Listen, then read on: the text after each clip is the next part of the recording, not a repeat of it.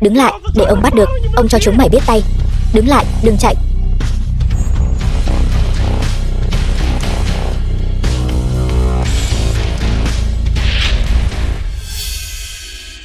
Anh Cẩn Ngôn, anh làm sao vậy? Mau đứng lên đi. Niệm Niệm, anh chạy không nổi nữa rồi. Em đừng lo cho anh. Em đi mau. Dám chạy trốn trước mặt ông đây. Thằng nhãi danh. Tất cả tìm thật kỹ cho tôi. Bọn chúng ở đó. Em không cần lo cho anh. Em đi mau. Ba mẹ và anh trai của em đang đợi em về nhà.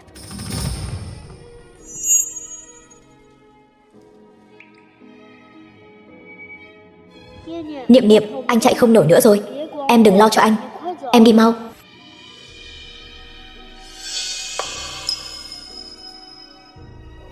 Anh Cẩn Ngôn, nói với ba mẹ và anh trai em đợi mọi người đưa em về nhà. Đứng lại, đừng chạy.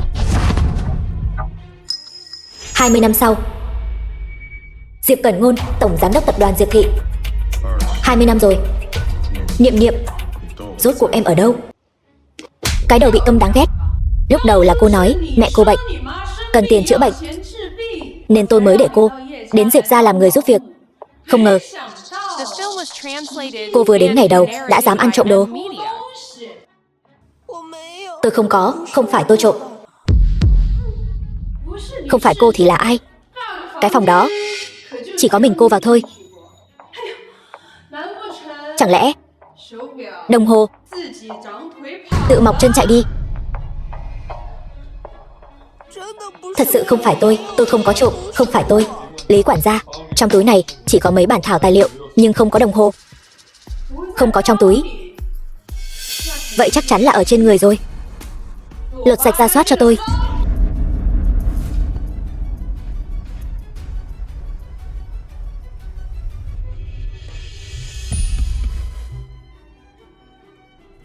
Cô là cái thá gì?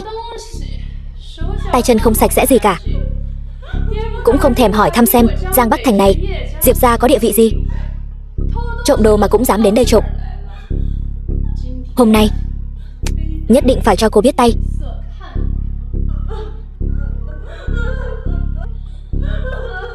Đồng hồ chắc chắn ở trên người cô ta. Soát cho tôi.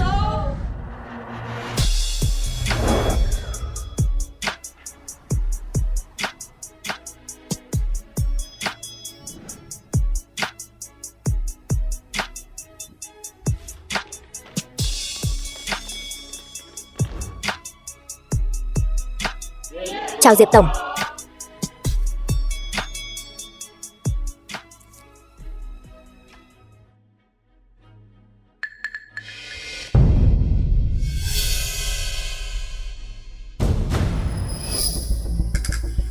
Diệp tổng, ngài về rồi. Diệp tổng, người giúp việc mới đến, tay chân không sạch sẽ, đang dạy dỗ cô ấy. Lý quản gia, đồng hồ tìm thấy rồi, ở trong khe đầu giường. Lập tức thu dọn đồ đạc. Cút đi. Nghe thấy không? Diệp tổng bảo cô, tôi nói cô đó. Diệp tổng, tôi sai rồi. Diệp tổng, tôi sai rồi. Học chuyên ngành thiết kế, tại sao lại đi làm người giúp việc? Diệp tổng, mẹ cô ấy bị bệnh, kiếm tiền để chữa bệnh cho gia đình. Tôi không thích có quá nhiều người trong nhà. Trả trước cho cô ta 2 tháng lương. Cho cô ta đi luôn đi. Vâng.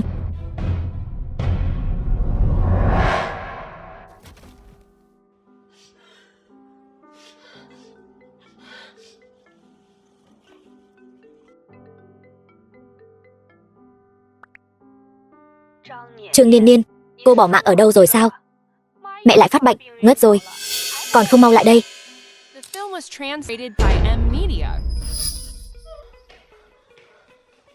Tôn Quế Phân, mẹ nuôi của Trương Niên Niên. Niên Niên, chạy mau đi. Chạy sao? Chạy đi đâu? Cô chạy thoát sao? Tôi đã lừa được người đến rồi. Trương Mộng Kiều, con gái ruột Tôn Quế Phân. Món nợ này giữa chúng ta coi như thanh toán xong. Mộng Kiều, Niên Niên là em gái ruột của con đó. Em gái? Cô ta chính là sao chổi. Niên Niên đại học cũng không học, Suốt ngày vẽ vời cái bản thiết kế gì đó, có ích gì chứ? Tôi không rảnh nghe các người ở đây nói nhảm. Tôi còn phải về động phòng nữa. Vậy chẳng phải tốt quá sao? Chẳng phải đây có một chỗ sẵn rồi sao? Cũng phải. Vậy tôi kiểm hàng trước vậy. Anh em, đè nó lên giường cho tao. Tôi xin các người tha cho con gái tôi đi. Tôi xin các người. Đừng mà. Niên Niên, đừng mà.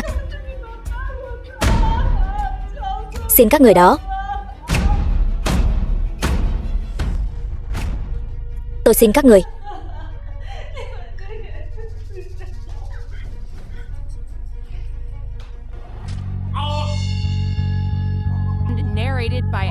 Bắt lấy nó cho tao.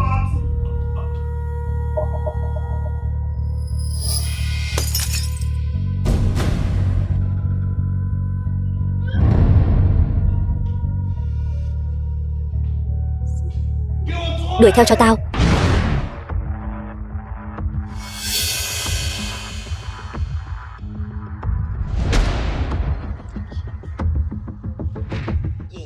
Cẩn Ngôn, chuyện thẩm gia chúng ta cũng rất đau lòng. Nhưng mà ba mẹ, chỉ có mỗi một đứa con trai này. Nếu như con không có người nối dõi, mẹ, con tự có chừng mực. Chừng mực? Con có chừng mực gì? Cái chừng mực của con chính là chờ đợi Thẩm Niệm Niệm không biết tung tích kia 20 năm sau.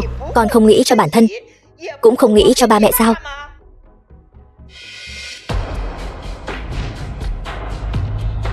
Mẹ, mẹ nói cho con biết, nếu như con còn muốn chờ đợi Thẩm Niệm Niệm kia, mẹ và ba con sẽ bỏ mạng cho con xem.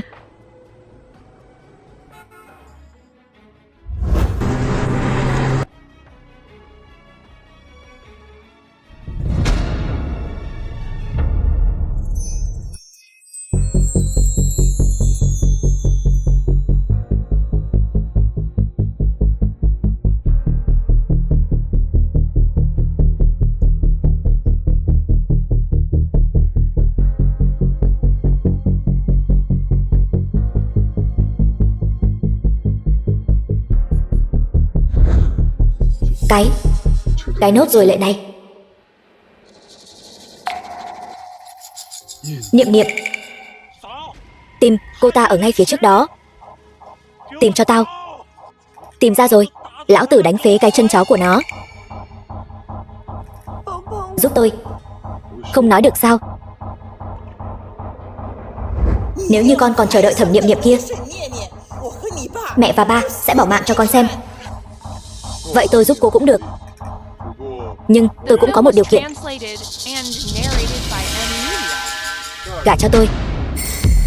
Làm cho tốt cái danh nghĩa phu nhân Diệp thị của cô. Từ nay về sau, tôi có thể bảo đảm cơm áo cô không phải lo. Giao dịch này không lỗ.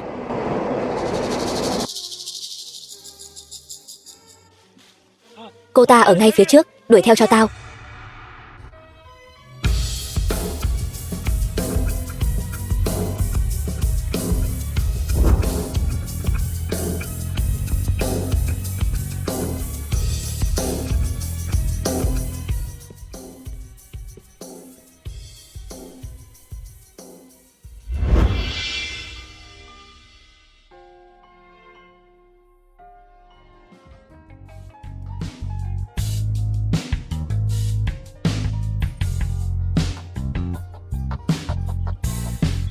Buông tay.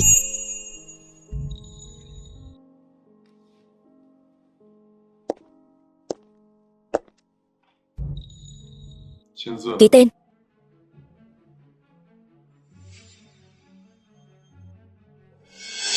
$500 vạn.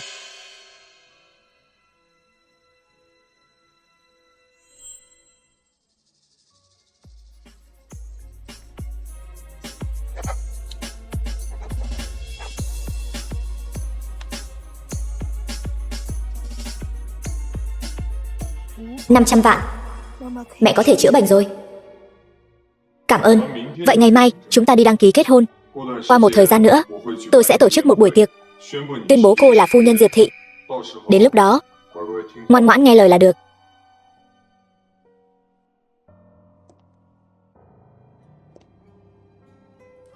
Mẹ, 20 năm trước, Mẹ đã nhận nuôi con. Bây giờ, bất luận thế nào, con cũng phải cứu mẹ. Ngọc bội của mình đâu?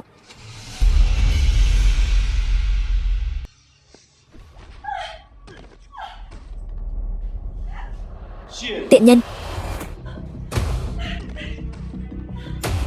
Trong vòng 3 ngày, hoặc là đưa tiền, hoặc là đưa người. Nếu không ông đây cho mày thân tàn ma dại. Đi. Tiểu Kiều, tránh ra. Trương Niên Niên.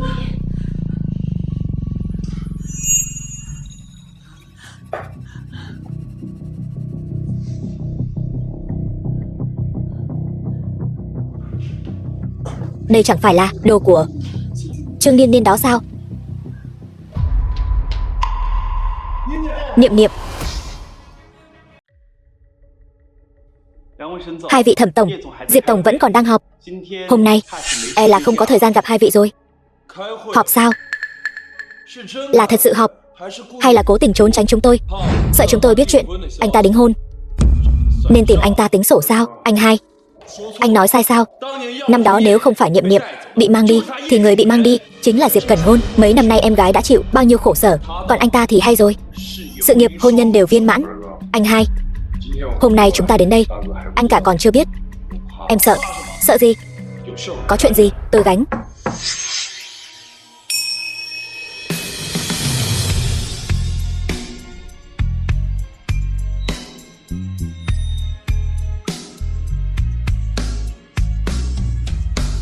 Phu nhân, sao cô lại đến đây? Phu nhân.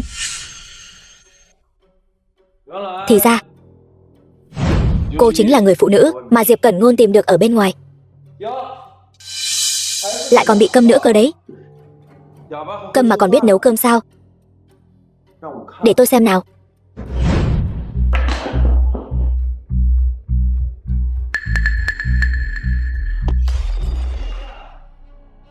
Xin lỗi, tôi cầm không chắc.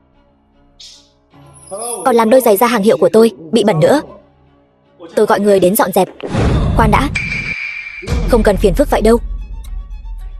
Nghe nói Diệp phu nhân trước đây từng làm người giúp việc, chắc là đối với việc lau giày da sẽ quen tay lắm nhỉ. Thẩm nhị gia, ngài làm vậy, nếu Diệp tổng biết được chắc ngài cũng khó ăn nói đấy nhỉ. Tôi cần gì phải nói chuyện với anh ta? Cả đời này anh ta nợ Thẩm gia chúng tôi, nợ em gái tôi. Anh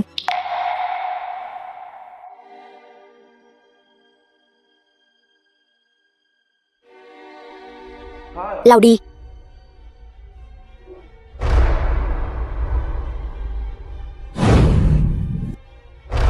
Diệp phu nhân,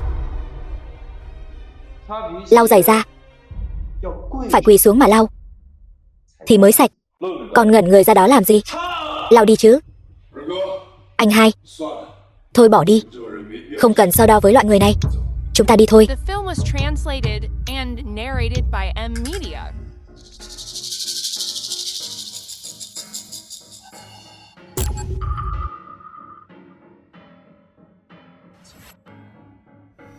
Đây chẳng phải là bình nước nhỏ sao?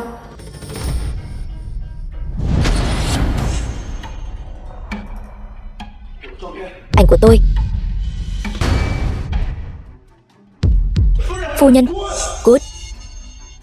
Em gái. Em gái. Ai cho phép cô làm bẩn ảnh của tôi? Ảnh của tôi mà cô cũng dám động vào.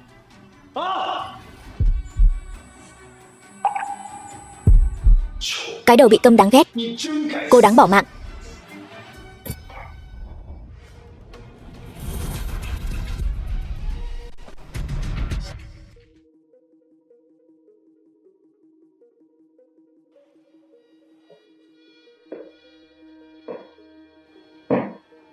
Sao lại chảy máu rồi? Không sao chứ? Thẩm Bạch, có phải tôi đã quá nể mặt anh rồi không? Dám ở địa bàn của tôi động vào người của tôi, Diệp Cẩn Ngôn. Tốt nhất là cả đời này anh hãy bảo vệ cái kẻ bị câm này thật tốt đi. Vậy thì cơn giận của Diệp gia chúng tôi Thẩm gia các người gánh nổi sao? Anh. Được, Nhớ kỹ những lời hôm nay của anh. Đám cưới của anh, tôi nhất định sẽ chuẩn bị một món quà lớn.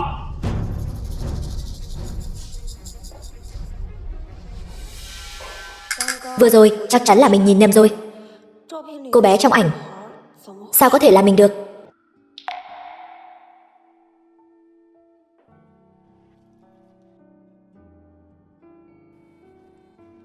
Xin lỗi, hình như tôi gây rắc rối cho anh rồi. Chuyện này không liên quan đến cô.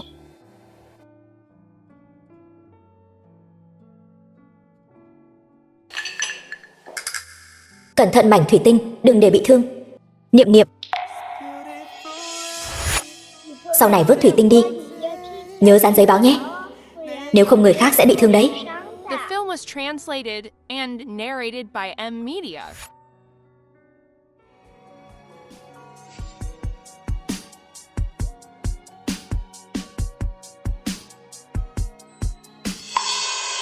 Cô ấy không phải là Thẩm Niệm Niệm. Sau này không có việc gì, tốt nhất cô đừng đến công ty nữa.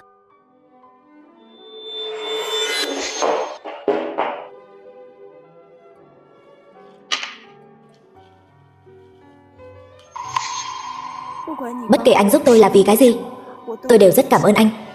Anh bảo tôi làm gì, tôi đều bằng lòng. Trương Niên Niên,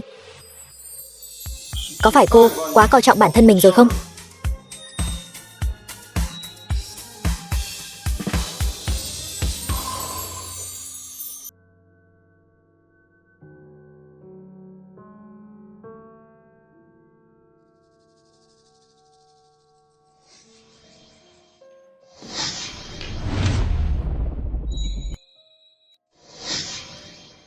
Đặt xuống đi.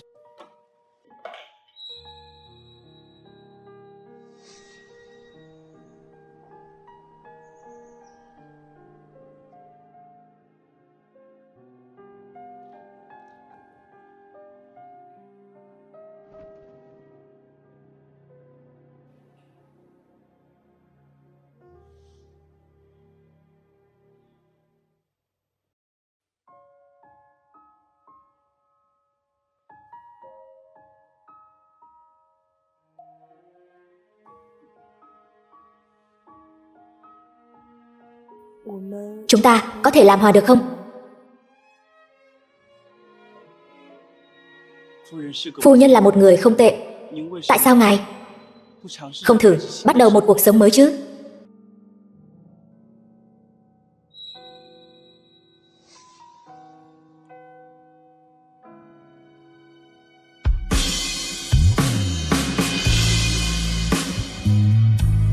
The film was translated and Em bằng lòng narrated by gả cho M tôi chứ? Media. Không phải là phu nhân Diệp Thị, mà là vợ của tôi.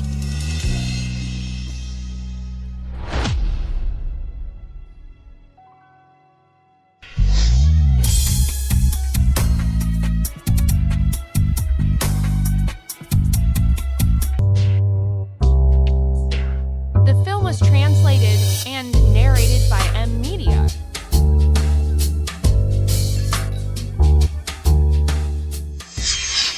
Nghe nói chưa? Buổi tiệc lần này không phải là một buổi tiệc bình thường đâu. Nghe nói Diệp Tổng sẽ tuyên bố chuyện hôn sự trước công chúng đấy. Nghe nói từ lâu rồi. Nhưng mà Diệp Tổng trước đây không phải đã đính hôn với Thẩm Thị rồi sao? Tiểu thư Thẩm gia mất tích nhiều năm như vậy rồi. Diệp Tổng cũng là đàn ông, sao có thể ăn chay cả đời được chứ?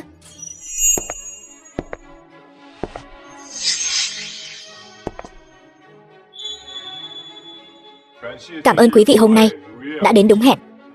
Hôm nay Diệp Tổng tôi tổ chức buổi tiệc này là để tuyên bố một chuyện.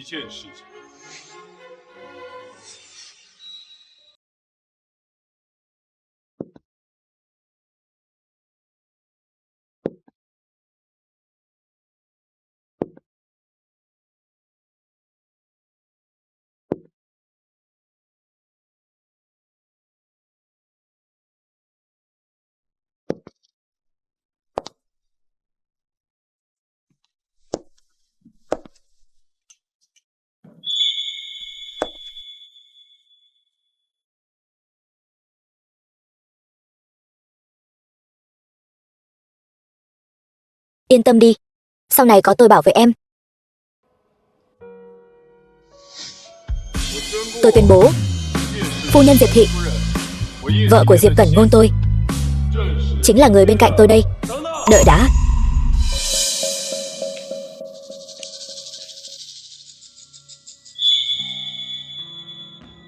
Diệp Tổng, khách khứa còn chưa đến đông đủ đâu. Anh gấp gáp như vậy làm gì? Sao? Sợ người khác biết Diệp phu nhân của anh là một kẻ câm, lai lịch không rõ ràng sao? Thẩm Bạch, ăn nói cho cẩn thận vào. Sao? Chẳng lẽ tôi nói không đúng sự thật sao? Diệp Cẩn Ngôn, anh đừng quên, anh là người đã có hôn ước với em gái tôi. Trương Niên Niên này, cô ta đúng là đồ vô liêm sỉ, đồ trà xanh thối tha. Vương Nhiên, tiễn khách. Vâng. Diệp Tổng, trước khi đuổi tôi đi, chi bằng xem thử món quà lớn tôi mang đến cho anh. Người đâu? Đưa tiểu thư ra đây.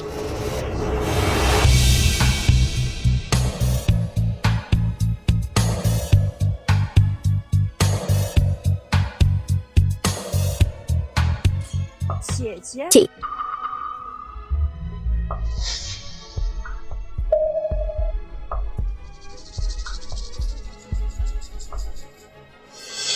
Anh Cẩn Ngôn, em là Niệm Niệm.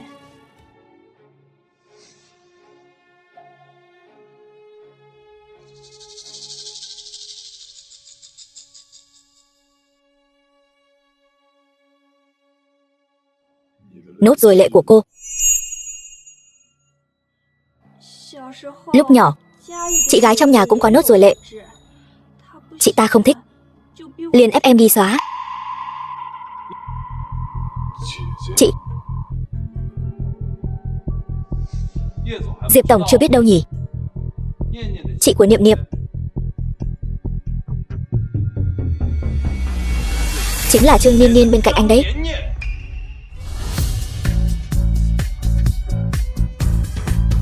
Cô ta tính tình độc địa, ghen ghét Niệm Niệm. Những năm qua, động chút là đánh mắng Niệm Niệm. Thậm chí vì trả nợ cờ bạc, đem Niệm Niệm cưỡng ép bán cho lão già khốn nạn. Không phải như vậy. Cái đầu bị câm đáng ghét. Cô giải thích cái gì?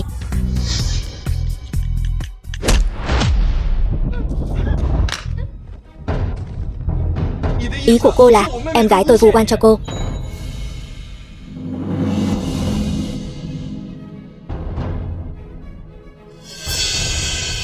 Nếu không phải tình cờ có bạn bè thấy được trên cổ Niệm Niệm có cái ngọc bội, đến bây giờ chúng tôi cũng không tìm được con bé. Đến giờ cũng không biết con bé đã phải chịu bao nhiêu khổ sở.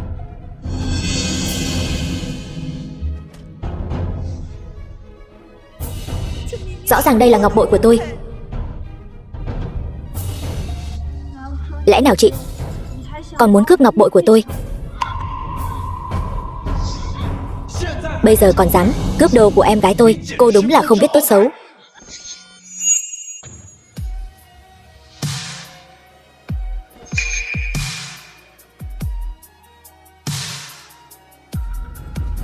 Diệp Cẩn Ngôn, anh đừng quên, em gái tôi vốn dĩ là vì anh mới bị lạc mất. Vốn dĩ là vì anh, con bé mới phải chịu nhiều khổ sở như vậy. Kết quả bây giờ anh còn che chở cho cái người này. Niệm Niệm,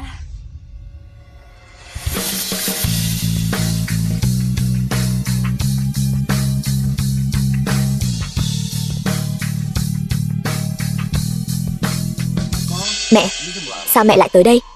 Tìm được Niệm Niệm quan trọng như vậy, con cũng không nói cho mẹ biết, con dám hỏi mẹ. Mẹ, anh cả nói còn chưa xác nhận thì không cho nói cho mẹ biết, sợ ảnh hưởng đến việc hồi phục sức khỏe của mẹ.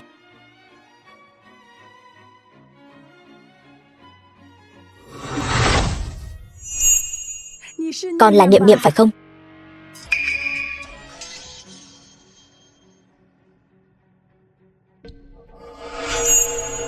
Mẹ, cái người lòng dạ rắn rết này, cô ta không phải là Niệm Niệm. Người này mới là đứa em gái mà chúng ta tìm suốt 20 năm, Thẩm Niệm Niệm. Mẹ, con mới là Niệm Niệm.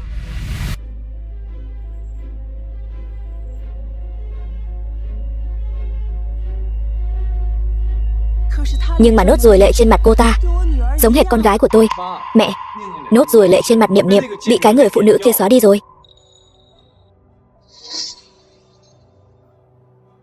Mẹ, đây là ngọc bội năm đó mẹ cho con. Mẹ còn nhớ không?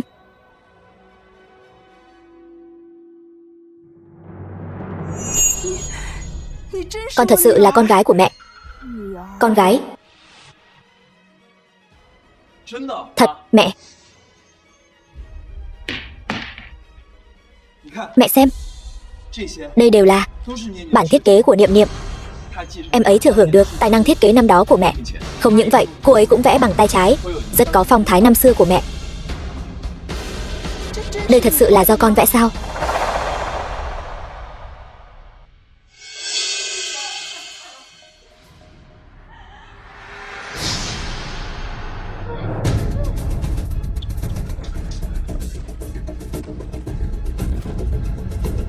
Cái đầu bị câm đáng ghét. Làm gì vậy?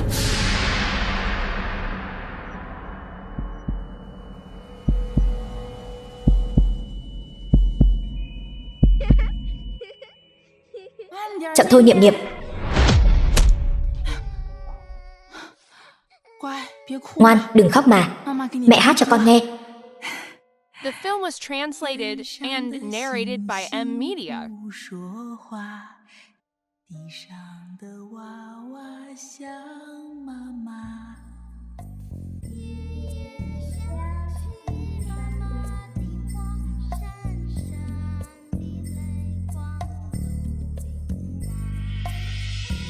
Giỏi lắm, Niệm Niệm của chúng ta hát hay quá.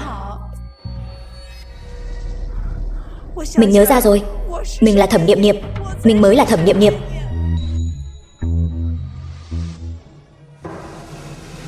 Tôi nhớ ra rồi, tôi là Thẩm Niệm Niệm. Tôi mới là Thẩm Niệm Niệm. Cái đầu bị câm đáng ghét, cô qua tay múa chân cái gì đấy?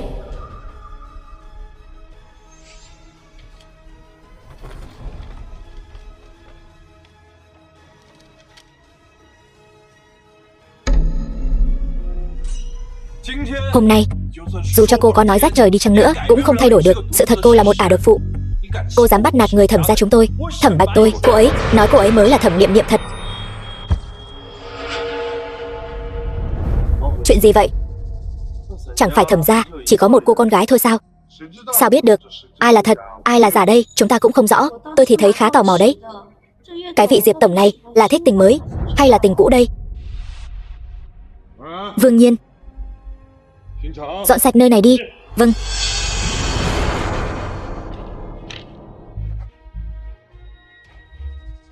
Cô ta cũng là người thuận tay trái. Ngọc bội là của tôi, bản thiết kế cũng là của tôi. Tôi mới là Thẩm Niệm Niệm. Cô bớt ở đó mà ngụy biện đi. Em gái cô từ nhỏ đã thông minh như vậy, 3 tuổi đã hoàn thành bản vẽ, 4 tuổi đã tham gia thi đấu. Sao có thể là một kẻ bị câm, thậm chí còn chưa học đại học bao giờ? Chị từ nhỏ đã không cho em mở miệng nói chuyện. Em vừa nói, chị liền đánh em, thậm chí còn không cho em ăn cơm. Những năm nay em vẫn luôn nghe theo chị. Nhưng mà chị lại muốn đem em gả cho cái loại người như Lão Thắng. Tại sao? Tất cả mọi thứ của em chị đều muốn cướp đi sao? Em chỉ còn lại những người nhà này thôi.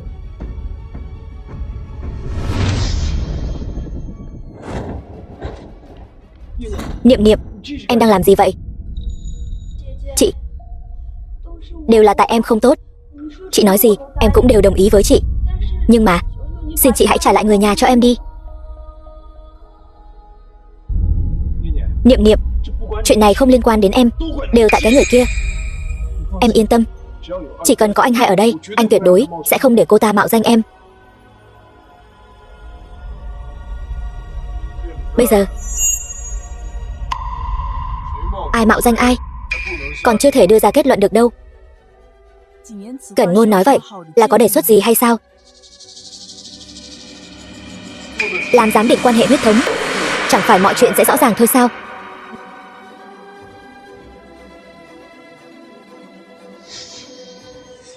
Không được.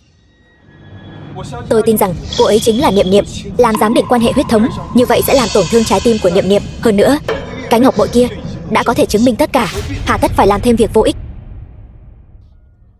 Nhiều năm như vậy, em vẫn luôn muốn về nhà. Em nghĩ rằng em vừa về nhà, mọi người sẽ... Kết quả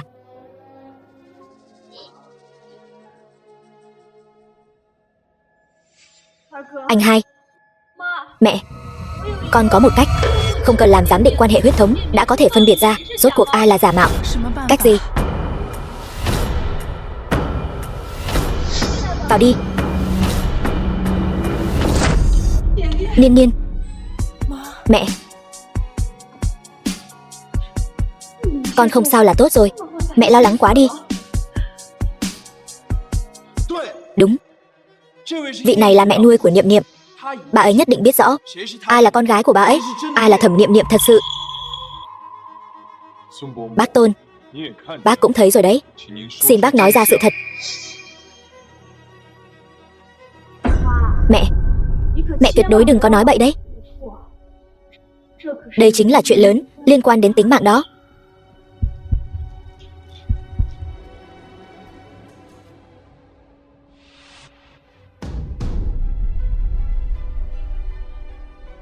Niên Niên.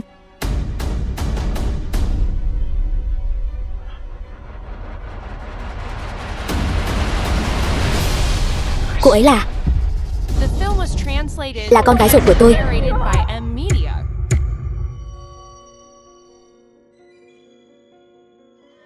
Anh Cẩn Ngôn, anh nghe thấy rồi chứ, em chính là Thẩm Niệm Niệm.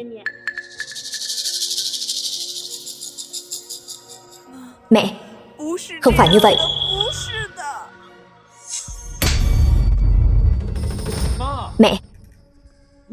Mẹ đừng cản bà ấy. Cái loại tiện nhân như cô ta đáng bị dạy dỗ. Đồ bất hiếu. Bình thường cô đối xử với em gái không tốt thì thôi đi, bây giờ cô còn nghĩ đến chuyện mạo danh thay thế. Cô là thân phận gì? Thẩm tiểu thư là thân phận gì? Là thứ cô mạo xưng được sao?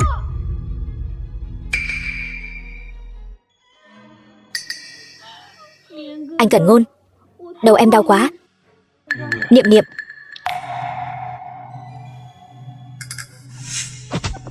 Tôi đánh bỏ mạng cô. Tôi đánh bỏ mạng. Cái đồ bất hiếu này. Lòng dạ cô độc ác. Cô vì trả nợ cờ bạc, cô còn muốn gả em gái cô cho người khác. Bây giờ cô thấy em gái cô thân phận tôn quý, cô liền muốn cướp vị trí của nó đúng không? Đồ bất hiếu. Tôi đánh bỏ mạng cô.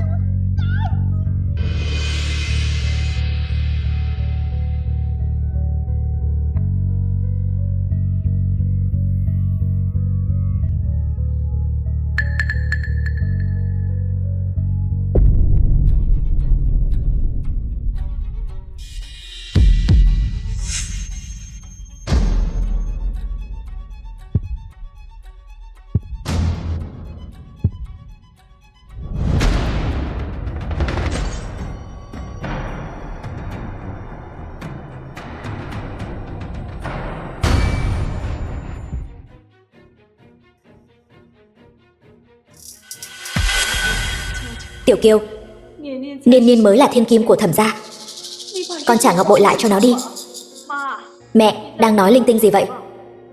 Từ hôm nay trở đi, con chính là thiên kim thật sự của Thẩm gia. Nếu như mẹ không phối hợp với con sẽ bỏ mạng cho mẹ xem.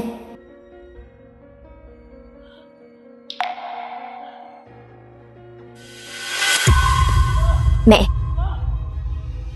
gọi xe cứu thương, mau gọi xe cứu thương.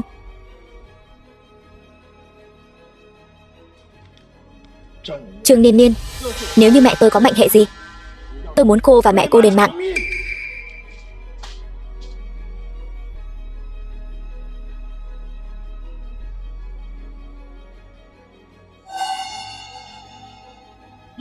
Niệm Niệm.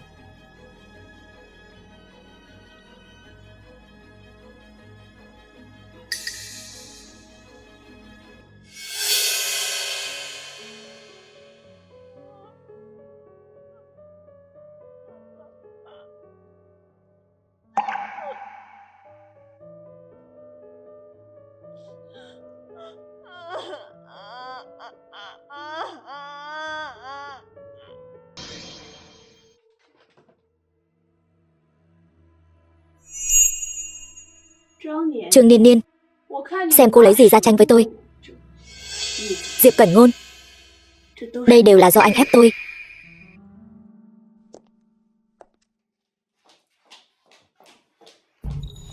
Mẹ, tối như vậy rồi, mẹ muốn đi đâu vậy? Trong tay cầm cái gì vậy?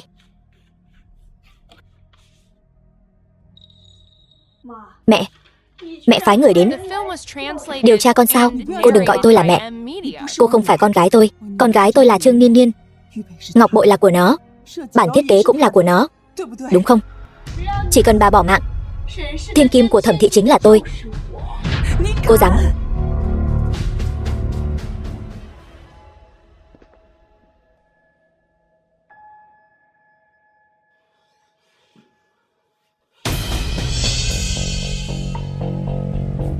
Còn dám chơi xấu với tôi?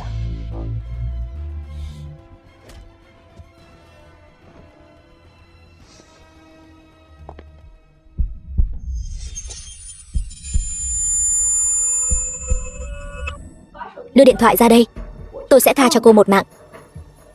Cô đừng hòng.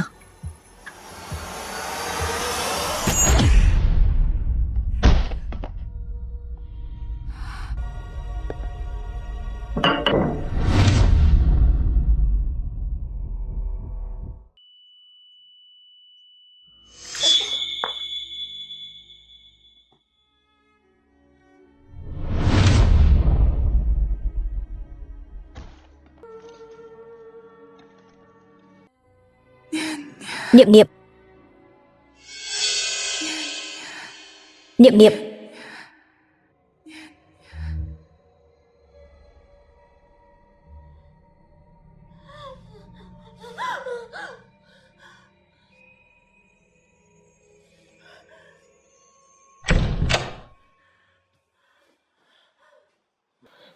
Có sao không?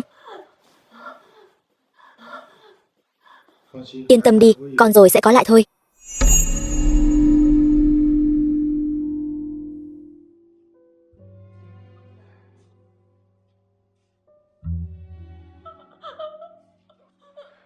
Bàng hoàng nghe tin dữ, phu nhân Thẩm thị trong lúc một mình đi khảo sát hiện trường thiết kế, không may bị ngã lầu, bất ngờ qua đời.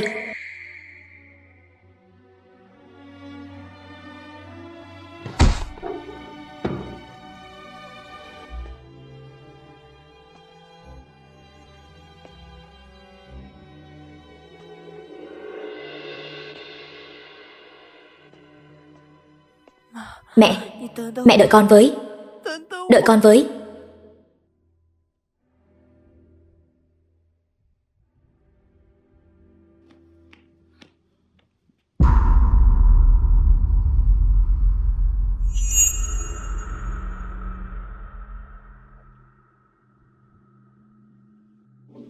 Đồ sao chổi đáng ghét. Nếu mẹ tôi lúc đó không đỡ cho cô một nhát, thì sao bà ấy lại tái phát di chứng rồi ngã xuống lầu chứ? Đồ sao chổi đáng ghét. Rõ ràng người phải bỏ mạng là cô.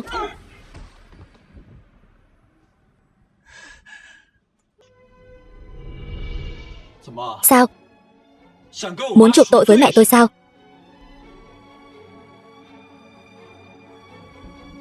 Chỉ cần cô chịu được 3 gậy này của tôi sẽ cho cô chuộc tội với mẹ tôi. Cô quyết định rồi chứ?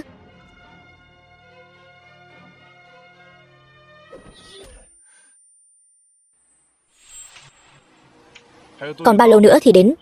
15 phút nữa. Đủ rồi anh hai. Anh sẽ đánh bỏ mạng cô ấy mất.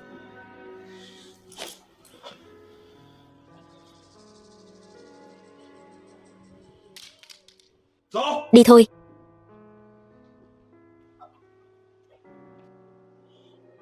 The film was translated and narrated by M Media. Giỏi lắm, Niệm Niệm của chúng ta hát hay quá.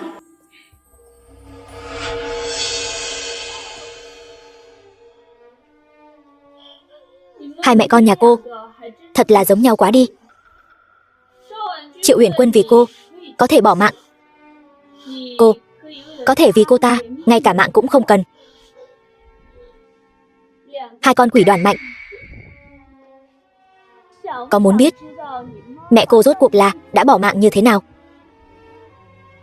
Cô ta là bị tôi đánh bỏ mạng đó.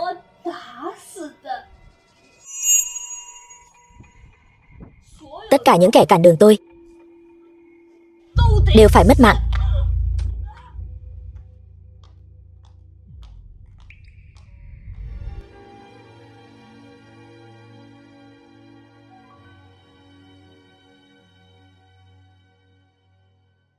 Năm năm sau,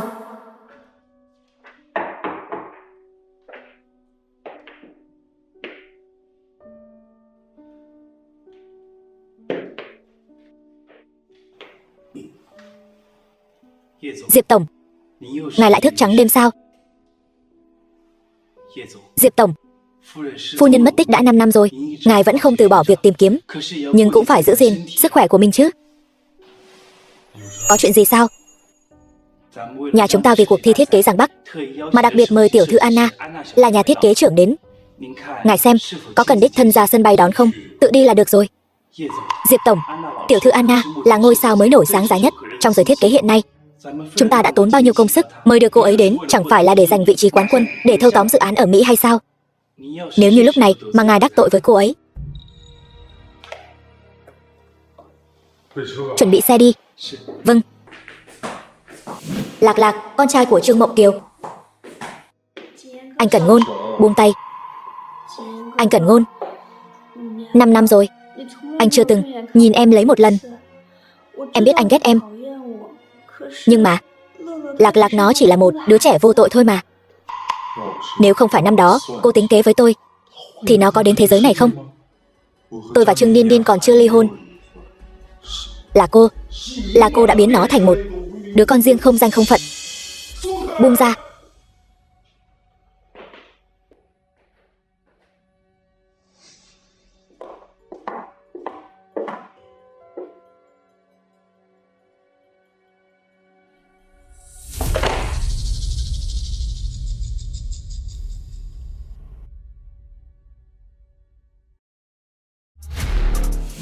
Anna, nhà thiết kế trưởng.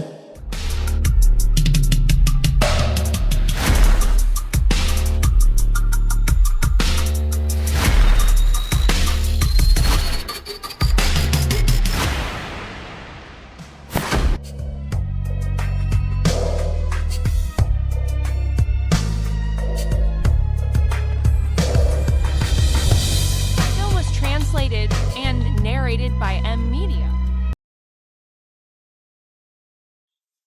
Diệp Tổng, giám khảo chính cuộc thi thiết kế Giang Bắc. Nhà thiết kế của quý công ty vẫn chưa đến sao? Buổi giới thiệu chủ đề của cuộc thi chúng ta không thể đợi thêm được nữa. Chắc là đang trên đường. Xin mời mọi người chờ một lát. Cái loại nhà thiết kế gì? Cậy có chút tài cán mà coi trời bằng vung, lại dám để chúng ta chờ 1 tiếng đồng hồ.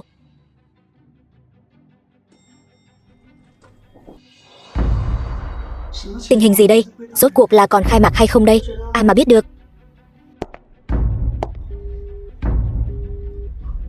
The Diệp film Tổng, was translated vẫn chưa liên lạc được. and narrated by M Media. Theo tôi thì Diệp thị các người, nếu như không tìm được nhà thiết kế nào khác tham gia thì nên sớm từ bỏ đi.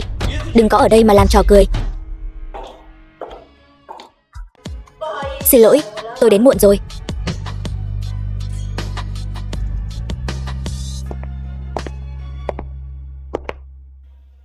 Chào Diệp Tổng, lần này tôi là nhà thiết kế trưởng cho Diệp thị.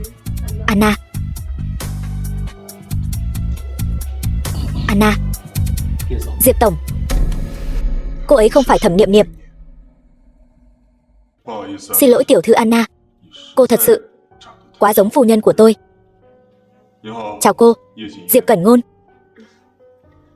Xin lỗi nhé, tôi bị bệnh sạch sẽ, không muốn bắt tay với người không quen lắm.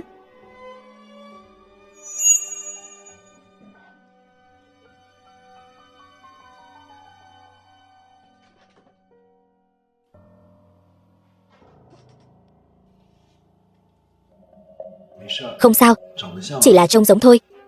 Con nhỏ câm đó sao có thể sớm trở thành nhà thiết kế lợi hại như vậy? Nghe nói tiểu thư Anna đây là lần đầu tiên về nước. Lần đầu tiên về nước, tiếng Trung có thể nói tốt như vậy. Rất ít thấy nhỉ. Tôi từ nhỏ đã học song ngữ. Diệp tổng, có ý kiến gì sao? Nếu không thì chúng ta bắt đầu thôi. Chẳng phải chỉ biết nói vài câu tiếng Anh thôi sao? Làm gì mà vênh váo thế? Thẩm tiểu thư, thân phận tôn quý, chắc hẳn học thức và kiến thức khác với người thường. Bản tài liệu tiếng Anh này, hay là cô lên giải thích đi. Cô đã biết thực lực của Thẩm gia chúng tôi, thì đối với em gái tôi, tôn trọng một chút. Sự tôn trọng của Thẩm gia đều là dùng để cưỡng ép người khác sao? Cô... Được rồi, học thôi.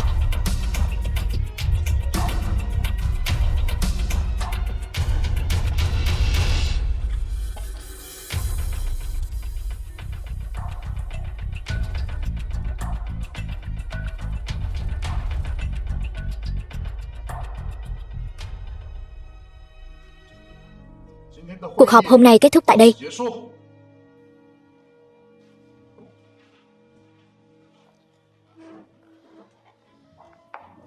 The film was translated and narrated by M Media.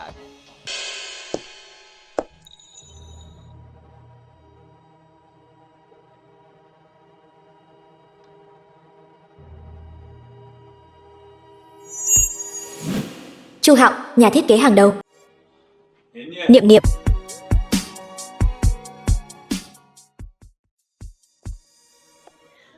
Anh Hạo, sao anh lại đến đây? Em một mình trở về, anh không yên tâm nên đến xem. Sao vậy? Không hoan nghênh anh sao? Sao có thể chứ? The film Em... was translated Sao vẫn còn and uống thuốc này vậy? narrated by M Họng không Media. thoải mái sao? Không có. Làm ơn đi.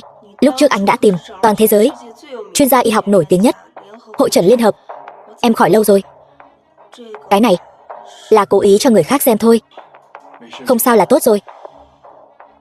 Nếu như lúc đó anh về sớm hơn thì em và sư phụ cũng đã không gặp chuyện rồi. Lúc đó nếu như không có anh, e là em đã sớm bỏ mạng rồi.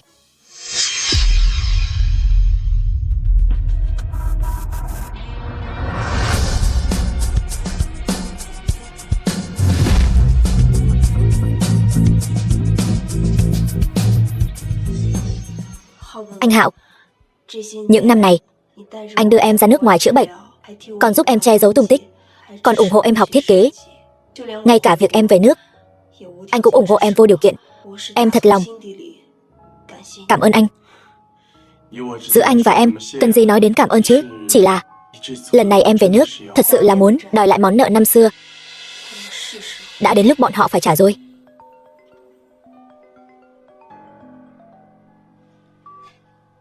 Alo. Được, tôi biết rồi. Người mà em muốn anh giúp em hẹn đã hẹn được rồi. Bóng của con. Cẩn thận một chút, đừng có ngã đấy. Lúc trước, nếu con mình không bỏ mạng, chắc giờ cũng lớn bằng này rồi. Trùng hợp vậy, tiểu thư Anna cũng ở đây sao? Quên giới thiệu rồi. Đây là con của tôi và Cẩn Ngôn. Xem ra Thẩm tiểu thư rất tự hào vì mang thai trước khi cưới nhỉ. Cô, tôi không có thời gian để nghe ngóng chuyện riêng của người khác. Mục đích lần này tôi về Giang Bắc là để đạt được giải nhất cuộc thi thiết kế Giang Bắc. Chỉ dựa vào cô sao? Tôi đây là tiểu thư Thẩm gia. Cô lấy gì mà tranh với tôi, phải không? Theo như tôi biết, Thẩm tiểu thư mấy năm nay đều không thiết kế ra được một bản vẽ nào ra hồn. Cô lấy gì để tham gia cuộc thi? Chẳng lẽ là đi ăn cắp sao? Cô dám đánh tôi, đánh cô thì sao? Thẩm tiểu thư quen thì thế hiếp người rồi. Người khác sợ cô, chứ tôi không sợ. Xin lỗi, tính khí của tôi cũng không tốt lắm. Tiểu thư Anna chắc không biết địa vị của Thẩm thị ở Giang Bắc thế nào đâu. Tôi nhất định sẽ khiến cô sống không yên đâu. Thật sao? Vậy thì tôi xin chờ.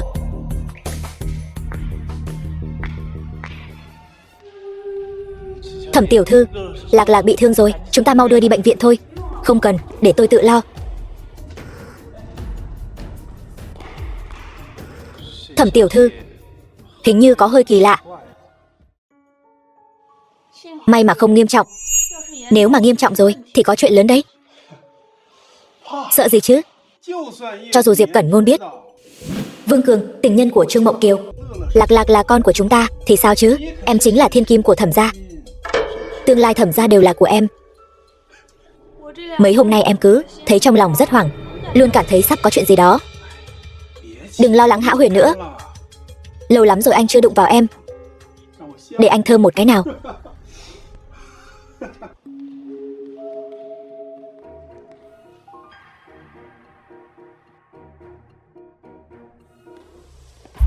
Anh hai, sao anh đột nhiên tìm em? Có chuyện gì gấp sao? Tự mình làm những chuyện gì?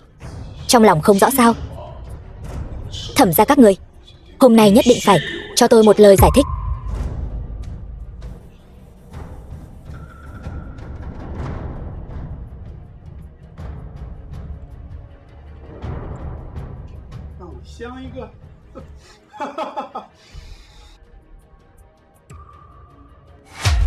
Tắt đi, mau tắt đi. Đây là AI làm giả. Anh Cẩn Ngôn, đây không phải là em. Đây là người khác giả mạo. Có người đã đem cái video này gửi vào trong nhóm lớn của công ty rồi. Tôi cũng đã tìm chuyên giám định cái video này rồi. Nó chính là thật. Cô còn gì để mà biện minh nữa? Thật ghê tởm. Đúng vậy đó. Biết người biết mặt, khó biết lòng. Diệp tổng thật đáng thương. Trước đây chúng ta còn nói anh ấy nuôi con riêng, không ngờ lại không phải con của anh ấy. Câm miệng, cút ra ngoài. Niệm Niệm chẳng qua chỉ là nhất thời hồ đồ thôi, có gì to tát đâu chứ. Chẳng phải Diệp tổng của anh muốn một lời giải thích sao? Nói đi. Từ nay về sau, tôi Diệp Cẩn Ngôn sẽ không còn nợ gì Thẩm gia các người nữa. Anh có ý gì? Diệp Cẩn Ngôn, anh nói rõ xem. Anh Cẩn Ngôn.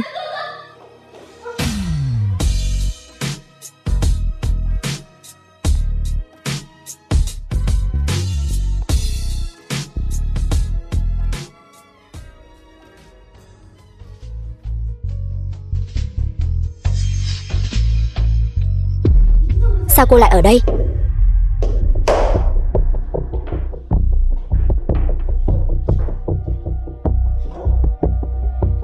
Những chuyện này có phải do cô bày ra không? Cô đang nói gì vậy? Tôi nghe không hiểu. Ngoài cô ra thì còn ai nữa? Vậy thì tôi không biết. Trước đây cô đắc tội với ai? Nhỡ đâu là mấy kẻ vong hồn bất tán đến tìm cô báo thù thì cũng chưa biết chừng đấy. Bọn họ không thể nào. Bọn họ bỏ mạng hết rồi. Bọn họ là ai vậy? Cô đang gài tôi. Tôi không có. Tôi chỉ nói cho cô biết thôi. Muốn người không biết, trừ khi đừng làm. Chiếm đoạt những thứ không nên chiếm, sớm muộn gì cũng phải nhả ra.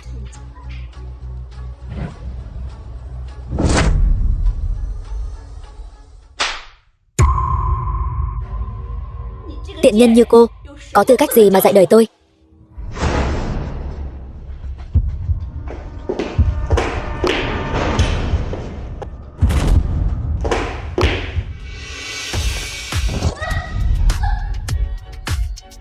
Tôi đến để cho cô biết đây, tôi có tư cách gì.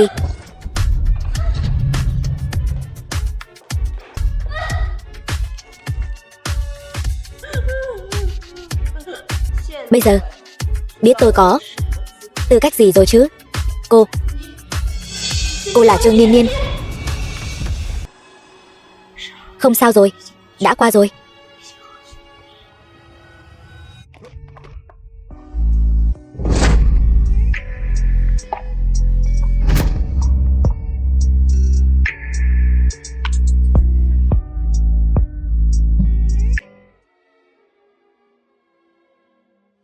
Tôi đưa cô về nhà.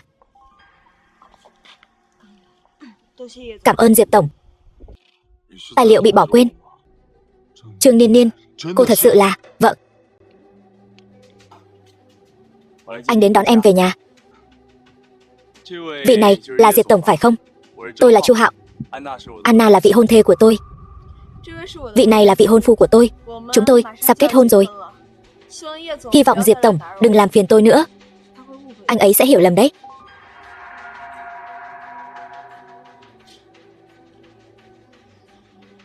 May mà anh đến. Không có gì. Anh đến cũng có chuyện muốn tìm em.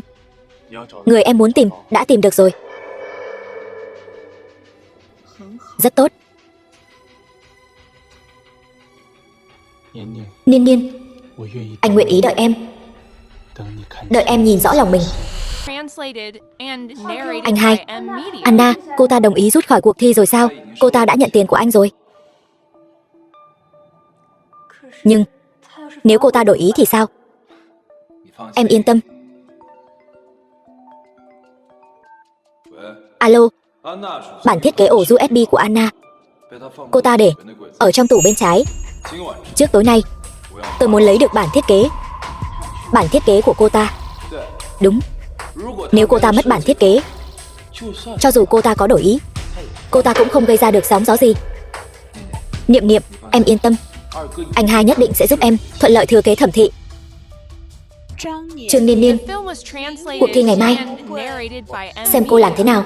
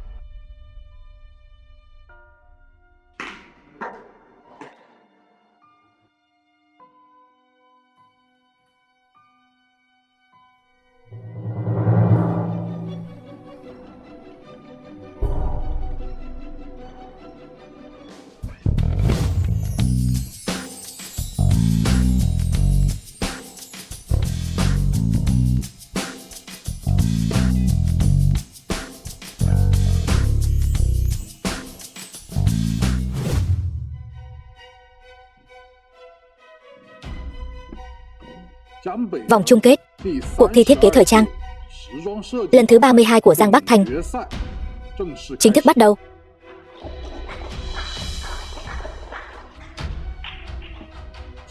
Tiếp theo, xin mời các thí sinh tham gia lần lượt lên sân khấu để trình bày tác phẩm của mình.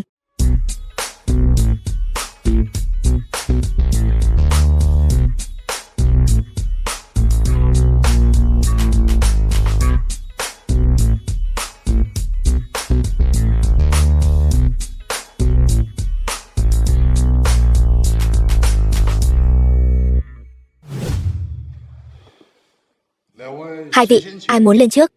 Tôi xin phép lên trước.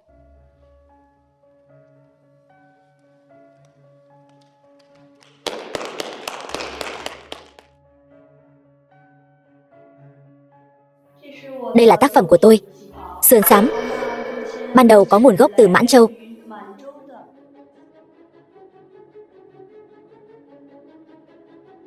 The film was translated and narrated by M Media. Trên đây là phần thuyết trình của tôi. Cảm ơn mọi người. Thiết kế tinh xảo, sáng tạo, mềm mại nhưng không kém phần mạnh mẽ, mang đậm phong thái của bậc thầy. Đúng vậy, không ngờ tiểu thư lại tài giỏi như vậy. Trương Niên Niên, rất nhanh thôi, tôi sẽ được thừa kế Thẩm thị. Cô cứ chờ bỏ mạng đi. Xem xong của em gái tôi rồi. Tiếp theo, chi bằng xem qua của tiểu thư Anna đi.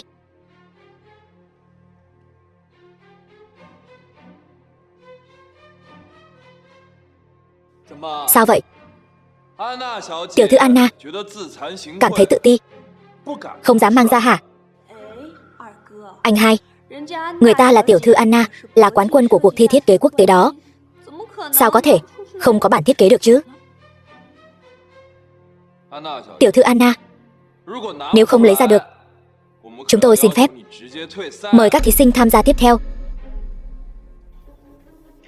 Diệp tổng, vậy phải làm sao đây?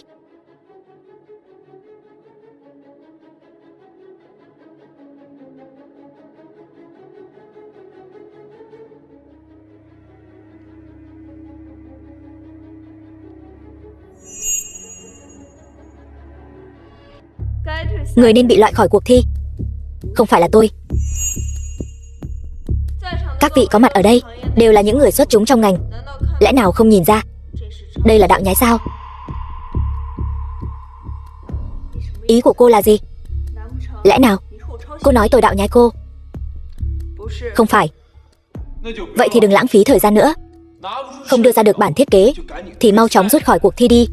Thẩm nhị gia, đừng vội mà. Chúng ta xem màn hình lớn đi.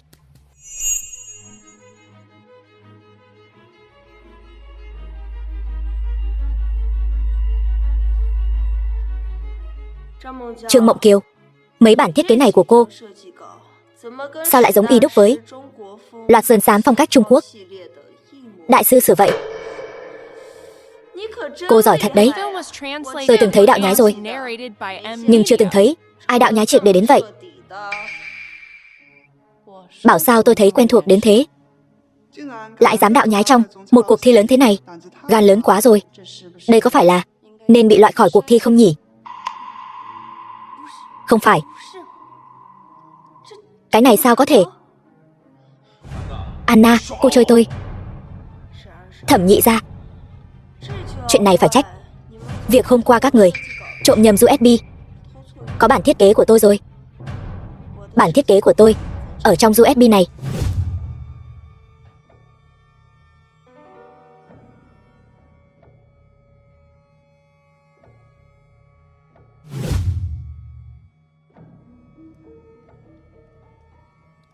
Các vị, đây chính là tác phẩm dự thi lần này của tôi.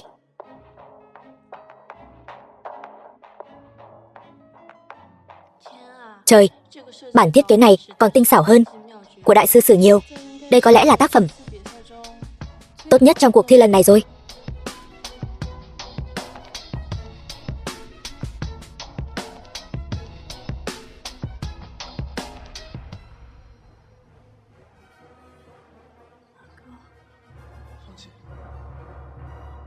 Anna kia, cô muốn thắng không có cửa đâu.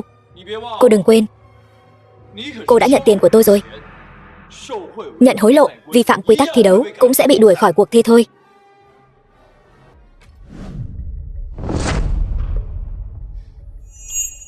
Mấy đồng tiền dơ bẩn của anh tôi đã quyên góp hết cho tổ chức từ thiện rồi. Nếu không tin, anh có thể đi kiểm tra. Vừa hay giúp nhị thiếu gia anh làm chút việc tốt. Người phụ nữ này, rốt cuộc cô muốn làm gì? Chẳng phải đã quá rõ ràng rồi sao? Không để cô thừa kế Thẩm gia.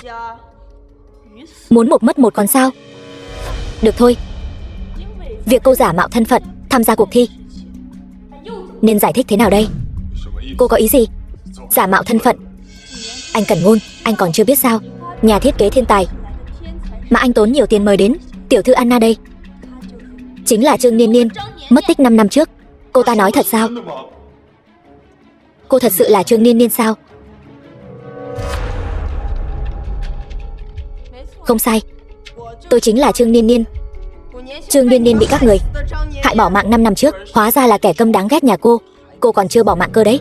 Thẩm nhị gia, xin lỗi nhé. Tôi không những chưa bỏ mạng mà còn sống rất tốt nữa là đằng khác. Xem ra cô không phân biệt rõ đây là địa bàn của ai rồi. Người đâu? Đem cái kẻ mạo danh thân phận làm loạn trận đấu này đuổi ra ngoài. Tôi xem thử ai dám nào. Tiểu thư Anna, là do Diệp thị tôi tốn số tiền lớn mời đến, không có sự cho phép của tôi. Ai dám động đến cô ấy? Diệp Cẩn Ngôn, có phải anh quên rồi không? Đây là nơi diễn ra cuộc thi, không phải Diệp thị của anh. Đúng vậy, đây là nơi diễn ra cuộc thi. Chẳng lẽ Thẩm gia các người có quyền đuổi người sao? Đúng, tôi thì không có, nhưng giám khảo có quyền đó. Còn ngây ra đó làm gì? Còn không mau gọi người, đuổi bọn họ ra ngoài. Còn chưa đủ ầm ĩ sao?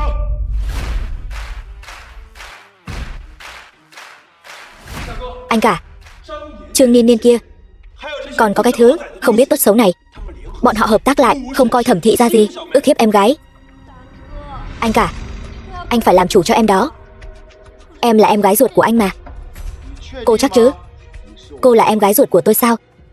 Anh cả, anh nói lời này là có ý gì? Niệm Niệm không phải em gái của chúng ta, vậy cô ta là ai? Đúng vậy. Anh cả, tôi hỏi lại cô một lần nữa, cô thật sự là em gái ruột của tôi sao? Đương nhiên rồi anh cả. Em vừa về, anh đã ra nước ngoài rồi. Kết quả anh vừa về nước, anh đã nghi ngờ em rồi. Anh làm vậy, có nghĩ đến ba mẹ đã khuất không hả? Đúng đó. Anh cả, anh vừa về, đã hỏi những chuyện này làm gì? Nếu Niệm Niệm kế thừa Thẩm thị, sau này Thẩm gia chẳng phải là do em ấy quyết định sao? Muốn kế thừa Thẩm gia của chúng tôi cũng không dễ dàng như vậy đâu. Cô ta hôm nay có lấy được giải nhất cuộc thi thiết kế Giang Bắc không? Tôi thấy cô ta ngay cả tư cách tham gia cũng không có. Anh cả, sao anh cứ dội nước lạnh vào uy phong người nhà vậy? Thẩm nhị gia, anh còn chưa hiểu rõ sao? Trương Mộng Kiều đạo nhái, theo quy định của cuộc thi, cô ta sẽ bị cấm tham gia thi đấu suốt đời. Nói cách khác, cả đời này cũng không lấy được giải nhất cuộc thi thiết kế Giang Bắc. Câm miệng cho tôi, đừng có vu khống em gái tôi. Thẩm nhị gia, đừng nóng vội, anh không nghe anh cả anh nói sao? Cô ta còn chưa chắc là em gái anh đâu. Chuyện của Thẩm gia chúng tôi, đến lượt một người ngoài như cô lên tiếng sao? Sao hả? Cô còn muốn báo thù, cô là cái thá gì? 5 năm trước cô đã không phải, bây giờ cô cũng tuyệt đối không phải. Đủ rồi. Trong di vật của mẹ còn có một thứ, chỉ cần cô có thể nói ra thứ trong đây là gì, tôi sẽ thừa nhận cô là em gái ruột của tôi. Anh hai, đầu em đau quá, anh mau đỡ em về. Được, chúng ta về nhà thôi. The film was translated and narrated Anh by cứ phải ép Niệm Niệm đến bỏ mạng thì anh mới vui lòng sao? Anh làm gì vậy? Sao phải vội đi thế? Chẳng lẽ là vì chột dạ sao? Chẳng lẽ là vì cô ta căn bản không phải là Thẩm Niệm Niệm? Cô nói bậy. Cô ấy không phải, chẳng lẽ là cô? Tôi là anh trai ruột của cô ấy. Sao tôi có thể không nhận ra em gái ruột của mình chứ? Tôi thấy là cô đang đố kỵ. Cô ghen tị với em gái tôi, sinh ra đã có tất cả. Còn cô là một đứa trẻ mồ côi, không có gì cả. Tôi không ghen tị với cô ta. Tôi hận cô ta. Tôi hận không thể để cô ta bỏ mạng đi.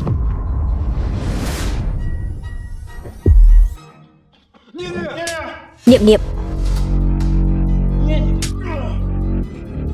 đồ xúc sinh, dám trước mặt anh làm hại người vô tội. Hôm nay không có anh ở đây, chẳng phải là cậu bay lên trời luôn rồi sao? Cô ta là người gây tổn thương cho Niệm Niệm trước. Cô ấy, con của cô ấy, năm đó bị cậu hại bỏ mạng, khiến cô ấy thân tàn ma dại. Hấp hối, người suýt bỏ mạng đó chính là em gái ruột của cậu, Thẩm Niệm Niệm.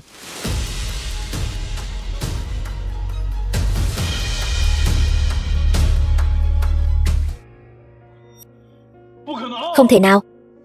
Anh cả, em gái của chúng ta ở đây, cô ấy ở đây. Được thôi, để cô ấy nói thử xem bức tranh này vẽ cái gì. Nói mau đi. Nói đi, em gái. Nói đi. Là mẹ. Là bức tranh mẹ ôm em, hát cho em nghe. Trước đây, mẹ thích nhất là hát cho em nghe một bài, tên là Lỗ Băng Hoa. Không thể nào. Đây chắc chắn là trùng hợp. Sao cô ta có thể là em gái của em? Sao lại không thể?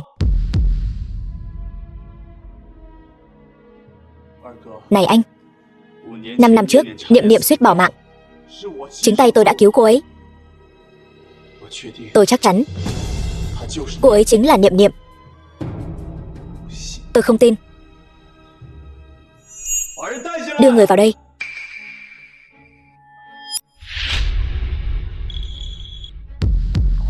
The film was translated and narrated by M Media. Sao mẹ lại ở đây? Không ngờ đúng không? Tôn Quế Phân bị cô giấu đi, nhưng vẫn bị tôi tìm được, đúng không?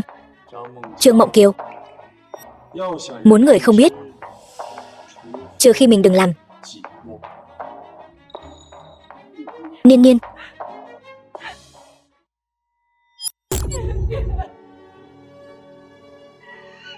Coi như là nể tình, đã nuôi cô 20 năm.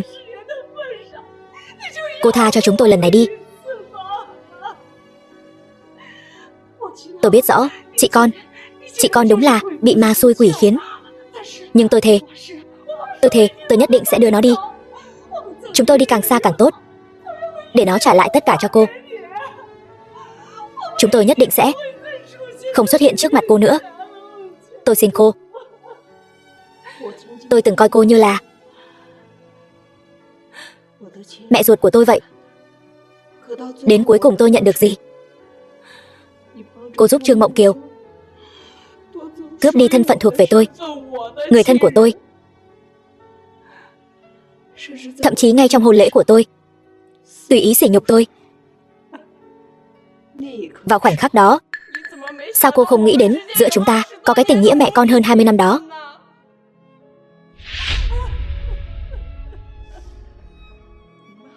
Hại tôi. Có người thân mà không thể nhận, có nhà mà không thể về.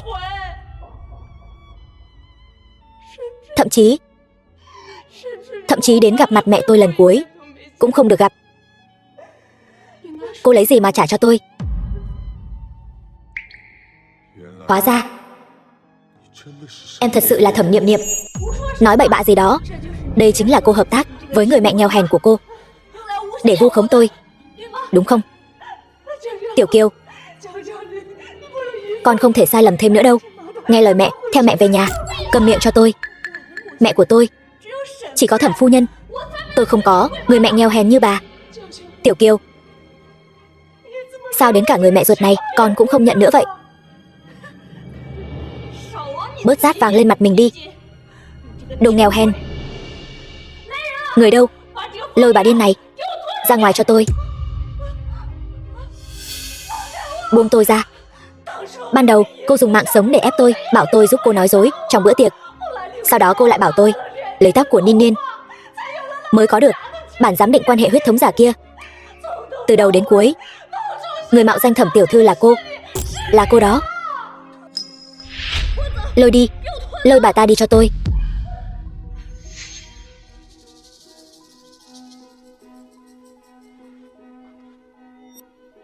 Chuyện này là thật sao? Anh hai, em là Thẩm Niệm Niệm. Em là em gái ruột của anh đó. Cô dám đi làm lại lần giám định quan hệ huyết thống không? Cô đang nói gì vậy? Tôi nói, tôi quả thật không phải là Thẩm Niệm Niệm. Đồ đàn bà lòng dạ rắn rết. Cô lại dám lừa tôi. Phải, tôi lòng dạ rắn rết. Nhưng Thẩm Bạch, anh cũng chẳng tốt đẹp gì hơn đâu. Tôi quả thật không phải là Thẩm Niệm Niệm. Cô ta mới là Thẩm Niệm Niệm. Chính anh buông lời sỉ nhục, chính anh ra tay đánh người, chính anh muốn đẩy Trương Niệm Niệm vào chỗ bỏ mạng. Người em gái mà anh luôn tâm niệm, muốn tìm, đang ở ngay trước mắt anh. Nhưng anh lại muốn để cô ấy vào chỗ bỏ mạng. Người đâu? Chặn cô ta lại.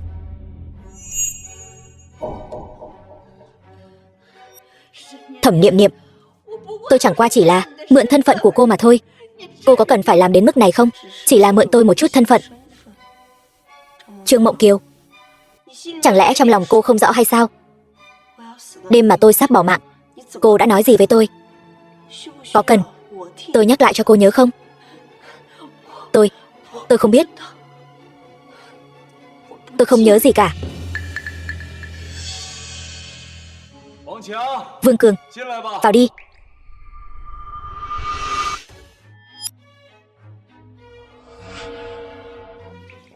Anh, sao anh còn sống?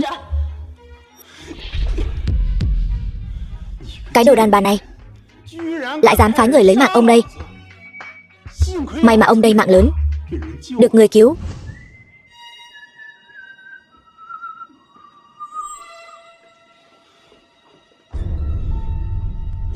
Anh là ai?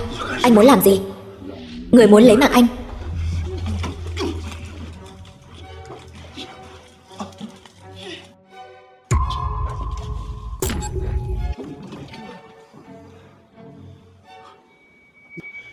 Còn anh là ai? Tại sao lại cứu tôi? Tôi muốn anh nói ra sự thật về vụ thẩm phu nhân ngã lầu 5 năm trước. Không biết anh đang nói gì. Không nói cũng được. Hoặc là nói ra sự thật chịu tội, hoặc là tiếp tục bị truy sát.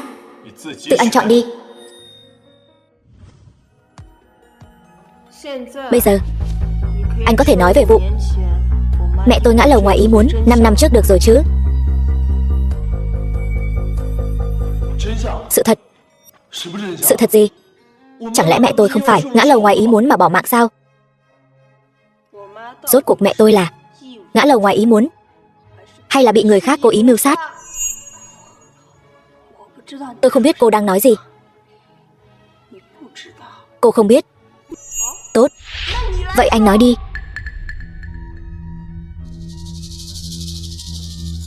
5 năm trước, thẩm phu nhân chính là bị cô ta lấy mạng. Anh nói bậy bạ gì vậy? Đồ ngu. Anh nói như vậy, bọn họ cũng sẽ không tha cho anh đâu. Vậy cũng còn hơn là mất mạng. Không ai hiểu rõ sự độc ác của cô hơn tôi đâu. Tại sao? Tôi đối xử với cô tốt như vậy, tại sao cô lại lấy mạng mẹ tôi? Tôi không muốn lấy mạng bà ấy. Là bà ấy không chịu giao đoạn ghi âm cho tôi, còn muốn vạch trần tôi. Tôi mới đây. Chẳng phải là lấy mạng người sao? Thì ra thẩm phu nhân không phải ngã lầu ngoài ý muốn qua đời, mà là bị người ta mưu sát. Cuối cùng cô cũng thừa nhận rồi. Đúng. Tôi đã lấy mạng bà ấy. Tôi đã nói hết với bà ấy rồi. Tôi là Thẩm Niệm Niệm. Nhưng bà ấy nhất quyết không tin. Bà ấy cứ khăng khăng nói cô mới đúng, còn muốn vạch trần tôi, ngăn cản tôi có được Thẩm gia. Tất cả những người có tài sản đều đáng bị bỏ mạng. Đến bây giờ vẫn không biết hối cải, ngoan cố không thay đổi. Thì sao chứ? Cô có thể lấy mạng được tôi sao? Chẳng phải cô cũng chỉ giống như một con hề ở đây mà gào thét thôi sao? Trương Niên Niên, cô dựa vào cái gì? Dựa vào cái gì mà có được một gia đình tốt như vậy? Dựa vào cái gì mà có được cha mẹ tốt như vậy? Có được một người anh trai tốt như vậy? Dựa vào cái gì? Cô biết không? Lúc trước tôi đã hạ cả lòng tự trọng của mình để hiến thân cho Diệp Cẩn Ngôn. Anh ta nói anh ta vì cô mà muốn hủy hôn với tôi, thà bỏ mạng cũng không chịu chạm vào tôi. Trương Niên Niên, dựa vào cái gì? Cô không cần làm gì cả, cô cũng có thể có được tất cả. Cô bảo tôi làm sao không hận cô được? Chỉ vì như vậy cô có thể coi thường tính mạng người khác sao? Tôi coi thường tính mạng người khác? Cô hại ba tôi bỏ mạng, tôi lấy mạng mẹ cô. Một mạng đổi một mạng, như vậy rất công bằng. Người đàn bà này hại mẹ tôi bỏ mạng, tôi bắt cô đền mạng cho mẹ tôi. Thẩm Bạch, người không có tư cách nhất để nói tôi chính là anh. Những việc tôi làm trong những năm qua đều là được anh cho phép. Nếu nói phải đền mạng cho mẹ, vậy thì đương nhiên anh là người thích hợp nhất. Cô, đủ rồi. Dừng tay hết cho tôi. Tất cả những người không liên quan ra ngoài hết cho tôi.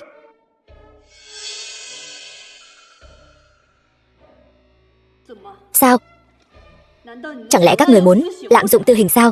Trương Mộng Kiều, chứng cứ cô cố ý lấy mạng người khác tôi đã nộp lên rồi. Không cần chúng ta lạm dụng tư hình, cô cũng sẽ phải chịu sự trừng phạt của pháp luật. Người đâu? Anh hai, anh xem như nể tình tôi làm em gái anh 5 năm nay, anh cứu tôi lần nữa đi. Anh hai.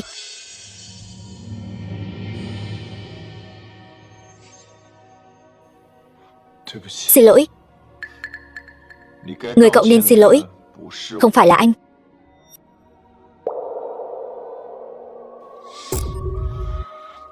Xin lỗi. Thẩm Bạch, nếu tôi không phải em gái anh, tôi có nghe được lời xin lỗi của anh không? Anh có áy náy với tôi không? Tôi thừa nhận, anh là một người anh tốt. Nhưng anh không phải là một người tốt. Tôi sẽ mãi mãi ghi nhớ tất cả những gì anh đã làm với tôi. Mãi mãi. Mãi mãi không tha thứ cho anh.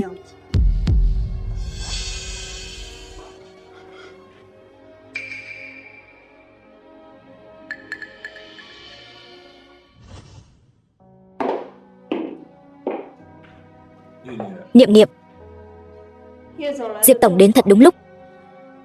Mọi chuyện đã làm rõ rồi. Vậy tôi không có lý do gì để tiếp tục ở lại Diệp thị nữa. Đơn từ chức tôi sẽ cho người đưa cho anh. Thẩm Niệm Niệm, anh đã sớm nhận ra em chính là Thẩm Niệm Niệm. Diệp tổng, chuyện xong hết rồi anh mới nói. Thật ra lúc trước anh đủ rồi. Anh có phải muốn nói lúc trước anh có nỗi khổ, anh bất đắc dĩ, anh có nỗi khó xử và khổ tâm của anh, phải không? Con người đều là như vậy. Mãi mãi chỉ biết sau khi sự việc xảy ra nói rằng mình có nỗi khổ, dựa vào đó để bù đắp cho tội lỗi của mình và sự ăn năn. Nhưng lại không biết rằng chiếc đinh đã đóng vào gỗ, dù có nhổ ra, vết thương vẫn mãi còn đó. Lúc đầu là do anh không bảo vệ tốt cho em, anh thừa nhận. Nhưng những năm qua anh vẫn luôn tìm em. Anh không dám tin em thực sự đã bỏ mạng. Tôi may mắn không bỏ mạng thì liên quan gì đến anh? Lúc tôi cần anh nhất, anh đang làm gì? Anh đang ở bên Trương Mộng Kiều. Lúc tôi ở bờ vực sinh tử, anh lại đang làm gì? Anh, thôi đi. Tôi không muốn ở đây cãi nhau với anh về chuyện cũ. Nếu không còn chuyện gì khác, tôi xin phép đi trước. Niên Niên, chẳng lẽ giữa chúng ta chỉ có thể như vậy thôi sao? Diệp tổng, anh còn muốn thế nào nữa? The Phải film rồi. was translated and Thật ra đúng là có một chuyện. narrated by M Media. Đơn ly hôn anh đưa cho tôi 5 năm trước. Nếu Diệp tổng rảnh thì ký đi.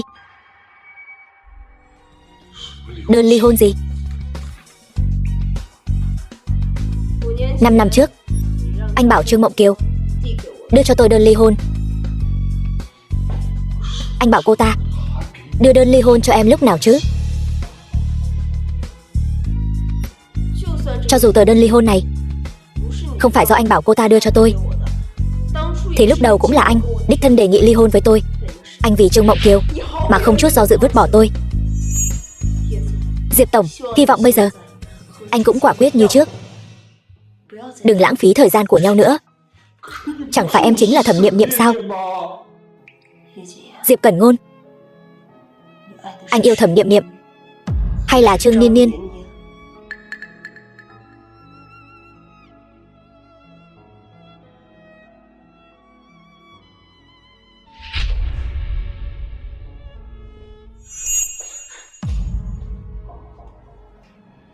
Diệp Cẩn Ngôn, anh muốn làm gì? Lựa chọn của anh từ trước đến nay không phải là Thẩm Niệm Niệm, cũng không phải là Trương Niên Niên nào cả. Lựa chọn của anh từ trước đến nay đều là em. Em là Trương Niên Niên, anh liền yêu Trương Niên Niên. Em là Thẩm Niệm Niệm, anh liền yêu Thẩm Niệm Niệm. Người anh yêu luôn là em.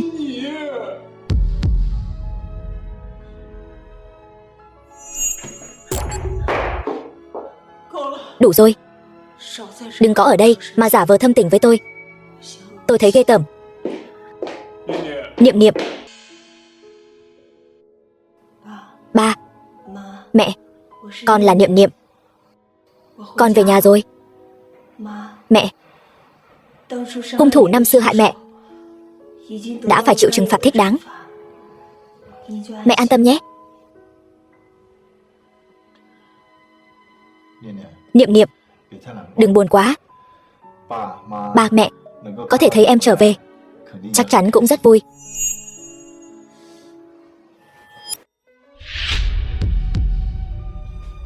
Ba, mẹ, đều tại con. Không sớm nhận ra Niệm Niệm. Nếu lúc đó con sớm nhận ra Niệm Niệm thì ngày đó đã không. Thật đáng bỏ mạng. Từ lần đầu gặp em, anh đã thấy quen thuộc. Nhưng anh mù mắt rồi. Xin lỗi em gái. Xin lỗi Niệm Niệm. Anh không xứng làm anh trai của em. Anh ba, mau đứng lên đi. Đâu phải anh hại em không trách anh. Hơn nữa, nếu ngày đó không có anh, em đã bị Thẩm Bạch đánh bỏ mạng rồi. Em không trách anh. Thẩm tổng, nhị thiếu gia đang quỳ ở ngoài kia, muốn gặp. Tiểu thư, tôi không gặp, bảo anh ấy đi. Nhưng nhị gia nói, nếu không gặp được cô, anh ấy sẽ quỳ ở ngoài đó mãi. Vậy thì cứ để anh ấy quỳ.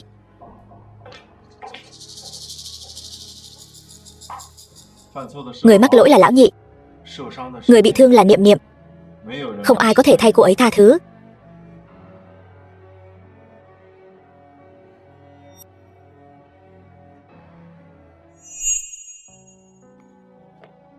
Nhị thiếu gia, tiểu thư không muốn gặp anh. The film was Còn nói, translated anh muốn quỳ thì cứ quỳ. narrated by M Media. Quỳ cũng không liên quan đến cô ấy. Cô ấy quả nhiên là hận tôi lắm. Nhị thiếu gia, tôi xin phép nói một câu không nên nói. Lúc trước anh thật sự ra tay rất nặng với tiểu thư. Cũng may tiểu thư mạng lớn, sống sót. Cho nên không trách được việc cô ấy hận anh. Đúng, đều là lỗi của tôi. Cứ quỳ ở đây đến khi nào cô ấy chịu tha thứ cho tôi.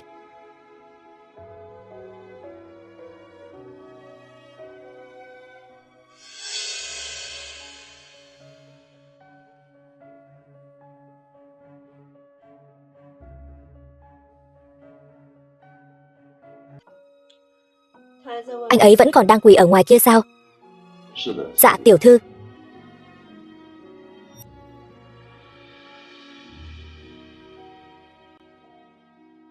Niệm Niệm, chúng ta đi xem thử. Anh có chuyện muốn tuyên bố.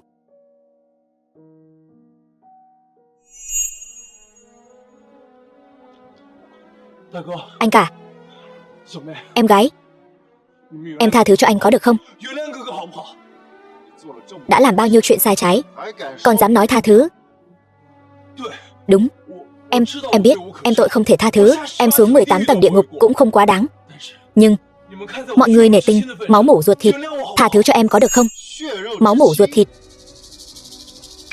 Hôm nay tôi cho cậu về đây chính là muốn nói cho cậu biết, kể từ hôm nay cậu không còn là người của Thẩm gia nữa. Anh cả, đừng gọi tôi là anh cả. Tôi không còn là anh cả của cậu nữa. Cổ phần trong thỏa thuận này là ba mẹ khi còn sống đã sớm quy hoạch cho chúng ta rồi. Cầm lấy nó rồi cút đi cho tôi. Anh cả, em xin anh đừng đuổi em ra khỏi Thẩm gia mà. Thật sự đừng đuổi em ra khỏi nhà mà. Em thật sự biết sai rồi. Em gái, anh hai cầu xin em giúp anh hai cầu xin anh cả có được không? Anh xin em đó. Anh dập đầu với em.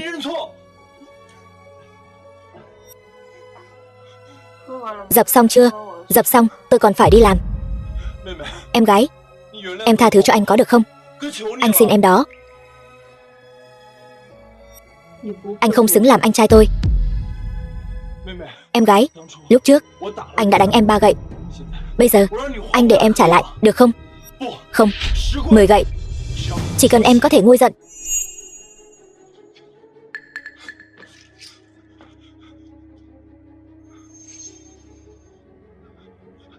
Cậu đánh đi. Nhị thiếu gia, chúng ta động thủ.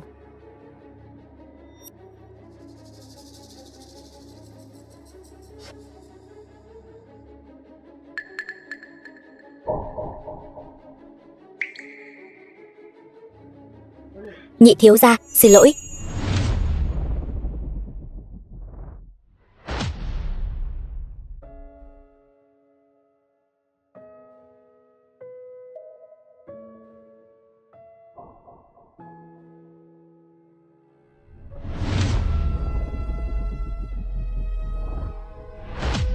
The film was translated and narrated by M Media.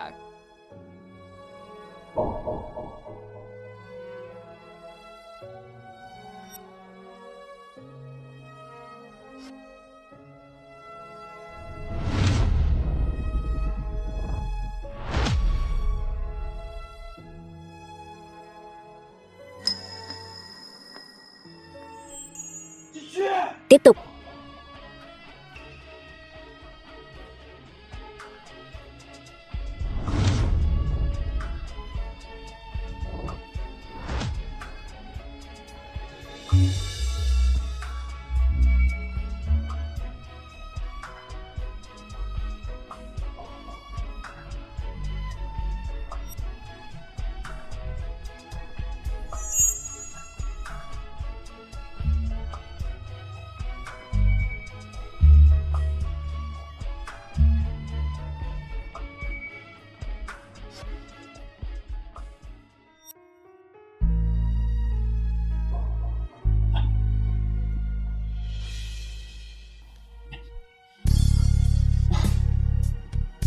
Em có thể tha thứ cho anh không?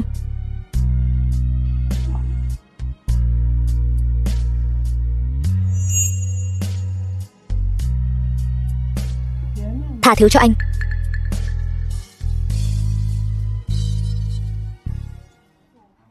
Nằm mơ đi. 5 năm trước anh không sáng suốt, dung túng Trương Mộng Kiều ức hiếp tôi, giúp kẻ xấu làm điều ác. Anh đích thân ra tay, khiến con tôi trước mặt anh từng chút một bỏ mạng. Mà anh lại làm ngơ. Anh gián tiếp hại mẹ tôi bỏ mạng, khiến tôi cả đời này cũng không có cơ hội gặp mẹ lần cuối. Đừng đụng vào mẹ tôi.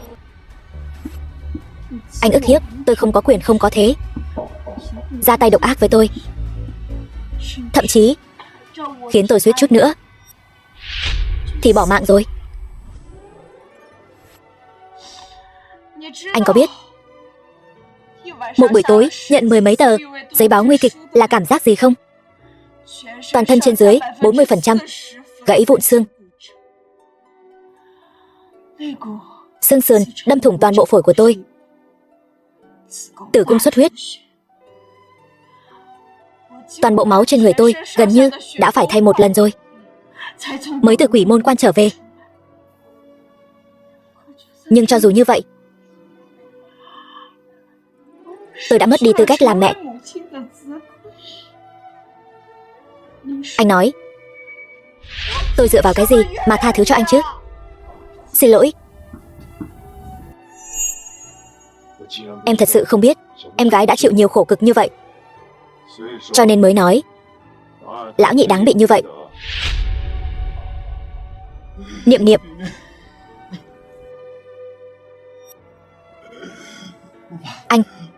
anh cho em mạng của anh.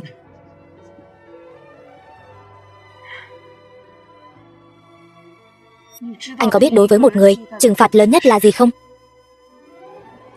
Không phải là để hắn đau khổ bỏ mạng, mà là để hắn sống tỉnh táo, mang theo thống khổ, sám hối, ngày này qua ngày khác mà sống.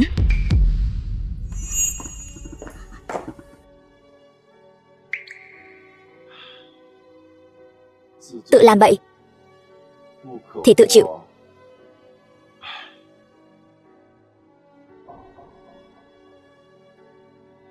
Gọi cấp cứu. Vâng.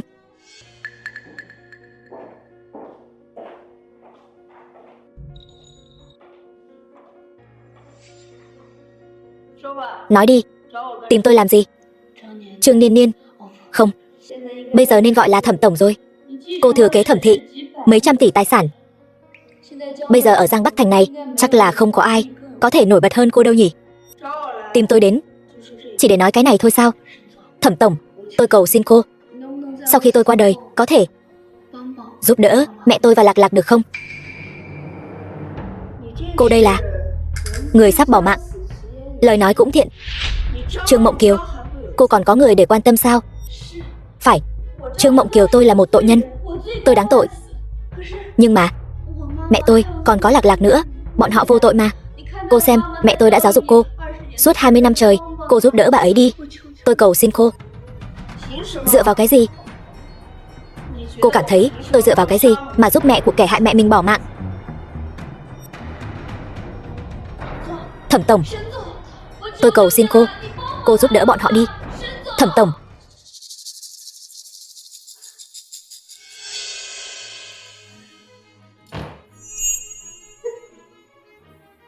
Tôi vất vả lắm mới dụ được cô ra. Sao có thể dễ dàng để cô đi như vậy được? Trương Niên Niên, tôi không được sống tốt. Cô cũng đừng hòng sống tốt một mình.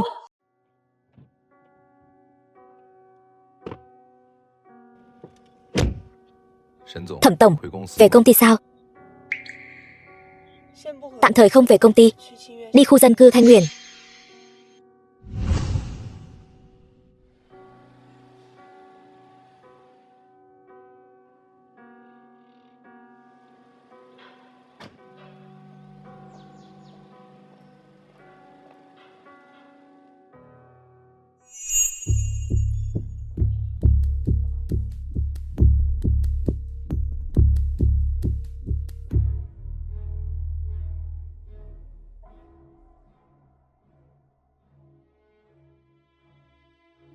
Niên Niên.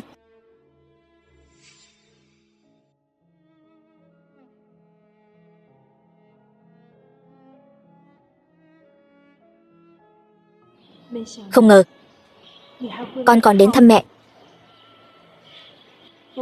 Dù sao thì bác cũng đã nuôi tôi 20 năm.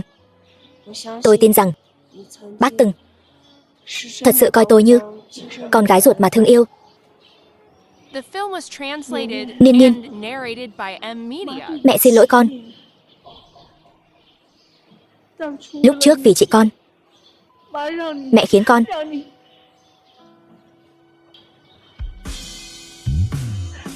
mẹ quỳ xuống trước con đây. Bác vì con gái ruột của mình nên mới bỏ rơi tôi. Tôi cũng chấp nhận rồi. Không trách bác.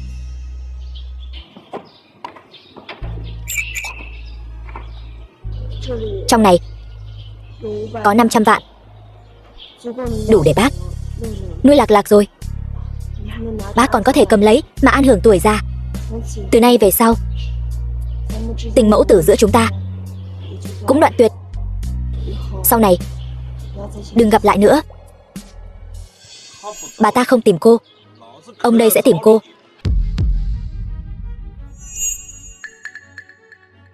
Anh muốn làm gì? Muốn làm gì? Trương Niên Niên, ông đây đã đưa tiền sính lễ cho cô rồi, vậy mà còn dám trốn hôn.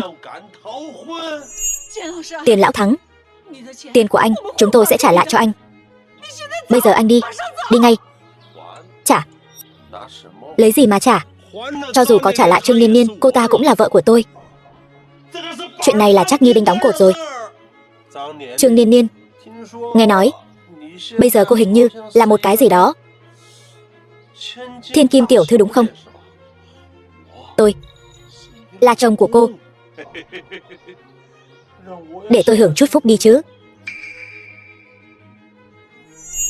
Dựa vào anh sao? Anh cũng không tự lượng sức mình đi, xem mình đáng giá bao nhiêu. Các mà đòi ăn thịt thiên nga. Ông đây nể mặt cô quá rồi phải không? Nể mặt cô mà cô còn không biết điều. Ông đây đã đưa tiền rồi. Cô chính là người phụ nữ của tôi. Chuyện mà ông đây 5 năm trước không làm được, hôm nay nhất định phải làm cho xong. Anh muốn làm gì? Mẹ, buông tôi ra. Anh buông tôi ra. Niên Niên, tôi là người nắm quyền của Thẩm thị. Anh dám động vào tôi, Thẩm thị sẽ không tha cho anh đâu. Thẩm thị, người mà ông đây ngủ cùng chính là người phụ nữ của Thẩm thị. Cô trở thành người đàn bà của tôi. Thẩm thị đều là của ông đây. Niên Niên, buông tôi ra. Diệp tổng, Thẩm tổng, không xong rồi. Phu nhân xảy ra chuyện rồi. Cái gì? Niệm Niệm xảy ra chuyện rồi.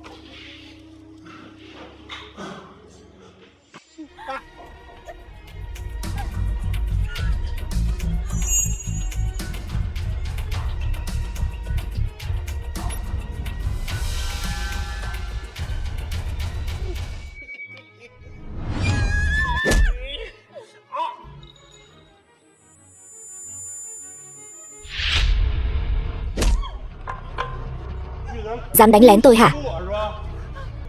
Mẹ!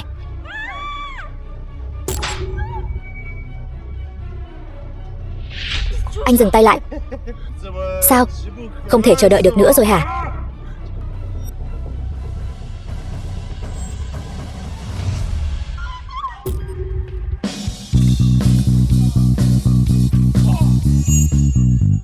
Không sao chứ?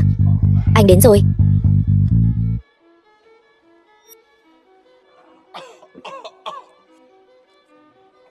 Mày là ai?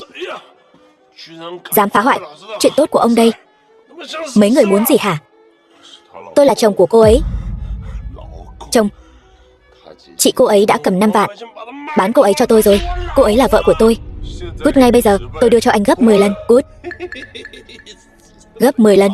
Ông đây không cần tiền. Ông đây chỉ muốn ngủ với cô ấy.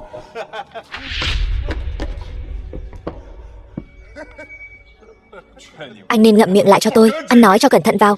Huynh đệ, nếu cậu gấp, cậu chơi trước đi. Chơi xong rồi đến lượt tôi được không?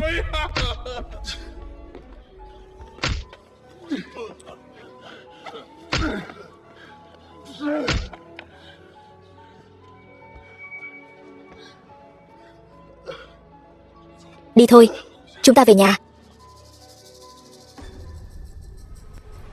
Mẹ tôi.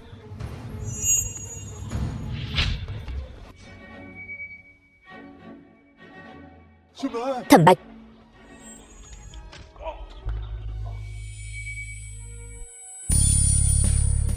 Thẩm Bạch. Anh không sao chứ?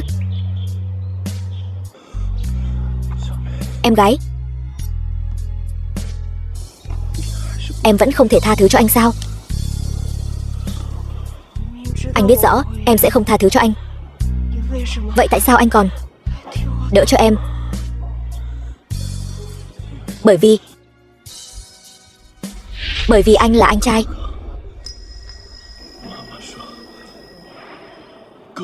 Anh trai vốn dĩ là phải bảo vệ em gái mà. Niệm Niệm,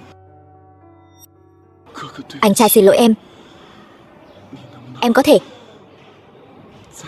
gọi anh một tiếng anh trai không? Một tiếng thôi.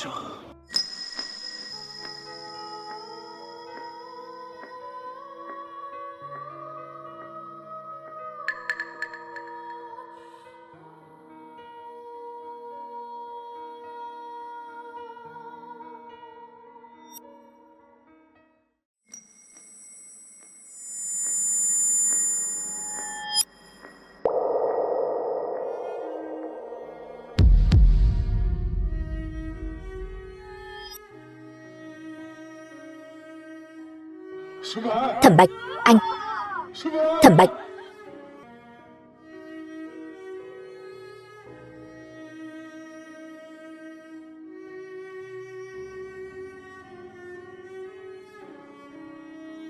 Gọi bác sĩ.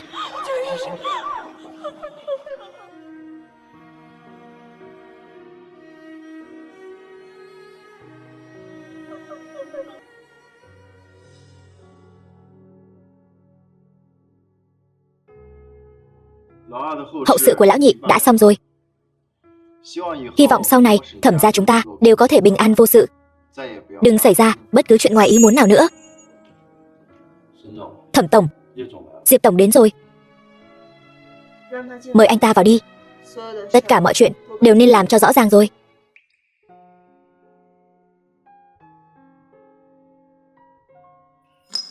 Diệp tổng, có gì cứ nói thẳng đi. Thời gian của mọi người đều rất quý báu. Niệm Niệm, Đây là chiếc nhẫn gia truyền của Diệp gia, đều là để lại cho con dâu. Nếu đã là để lại cho con dâu Diệp gia, vậy xin Diệp tổng hãy mang về, để lại cho người kế nhiệm, phu nhân Diệp tổng. Phu nhân của anh chỉ có em, và sẽ chỉ có em. Diệp tổng, tôi nói lần cuối cùng, tôi không còn yêu anh nữa rồi. Giữa chúng ta không có khả năng. Sau này đừng đến làm phiền tôi nữa. Anh phải đi rồi. Chuyến bay lúc 10 giờ. Đi Mỹ. Có lẽ sau này sẽ không về nữa đâu. Thượng lộ bình an.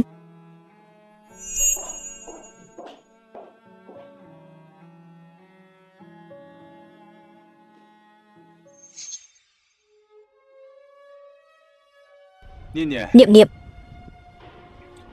Anh Hạo, Vương Nhiên đã nói cho em biết toàn bộ sự thật năm đó rồi. Tại sao em vẫn không chịu tha thứ cho Diệp Cẩn Ngôn? Chuyện thật hay không đã không còn quan trọng nữa rồi. Em đối với anh ta đã không còn tình cảm nữa rồi.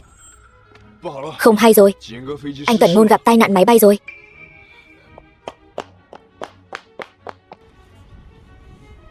Xem ra cuối cùng em vẫn là chọn anh ta.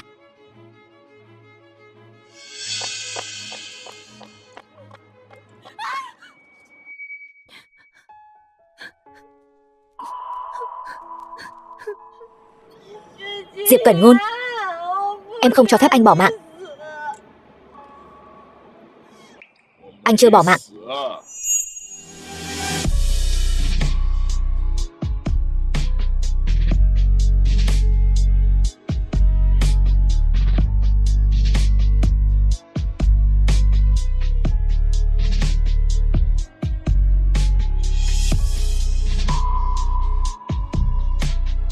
Em còn tưởng anh xảy ra chuyện rồi. Không sao là tốt rồi. Không lên máy bay. Anh không lên máy bay. Anh không mua vé mà. Bởi vì anh căn bản không muốn đi.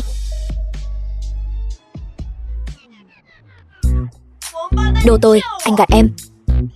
Anh không làm vậy. Làm sao anh biết em còn yêu anh? Em, ai thèm yêu anh chứ? Được, em không yêu anh. Nhưng bây giờ anh yêu em là được rồi. Đã được em cho phép chưa? Vậy thì thưa tiểu thư Thẩm Niệm Niệm thân mến của tôi, bây giờ em có thể cho phép anh yêu em chưa? Xem biểu hiện của anh thế nào đã.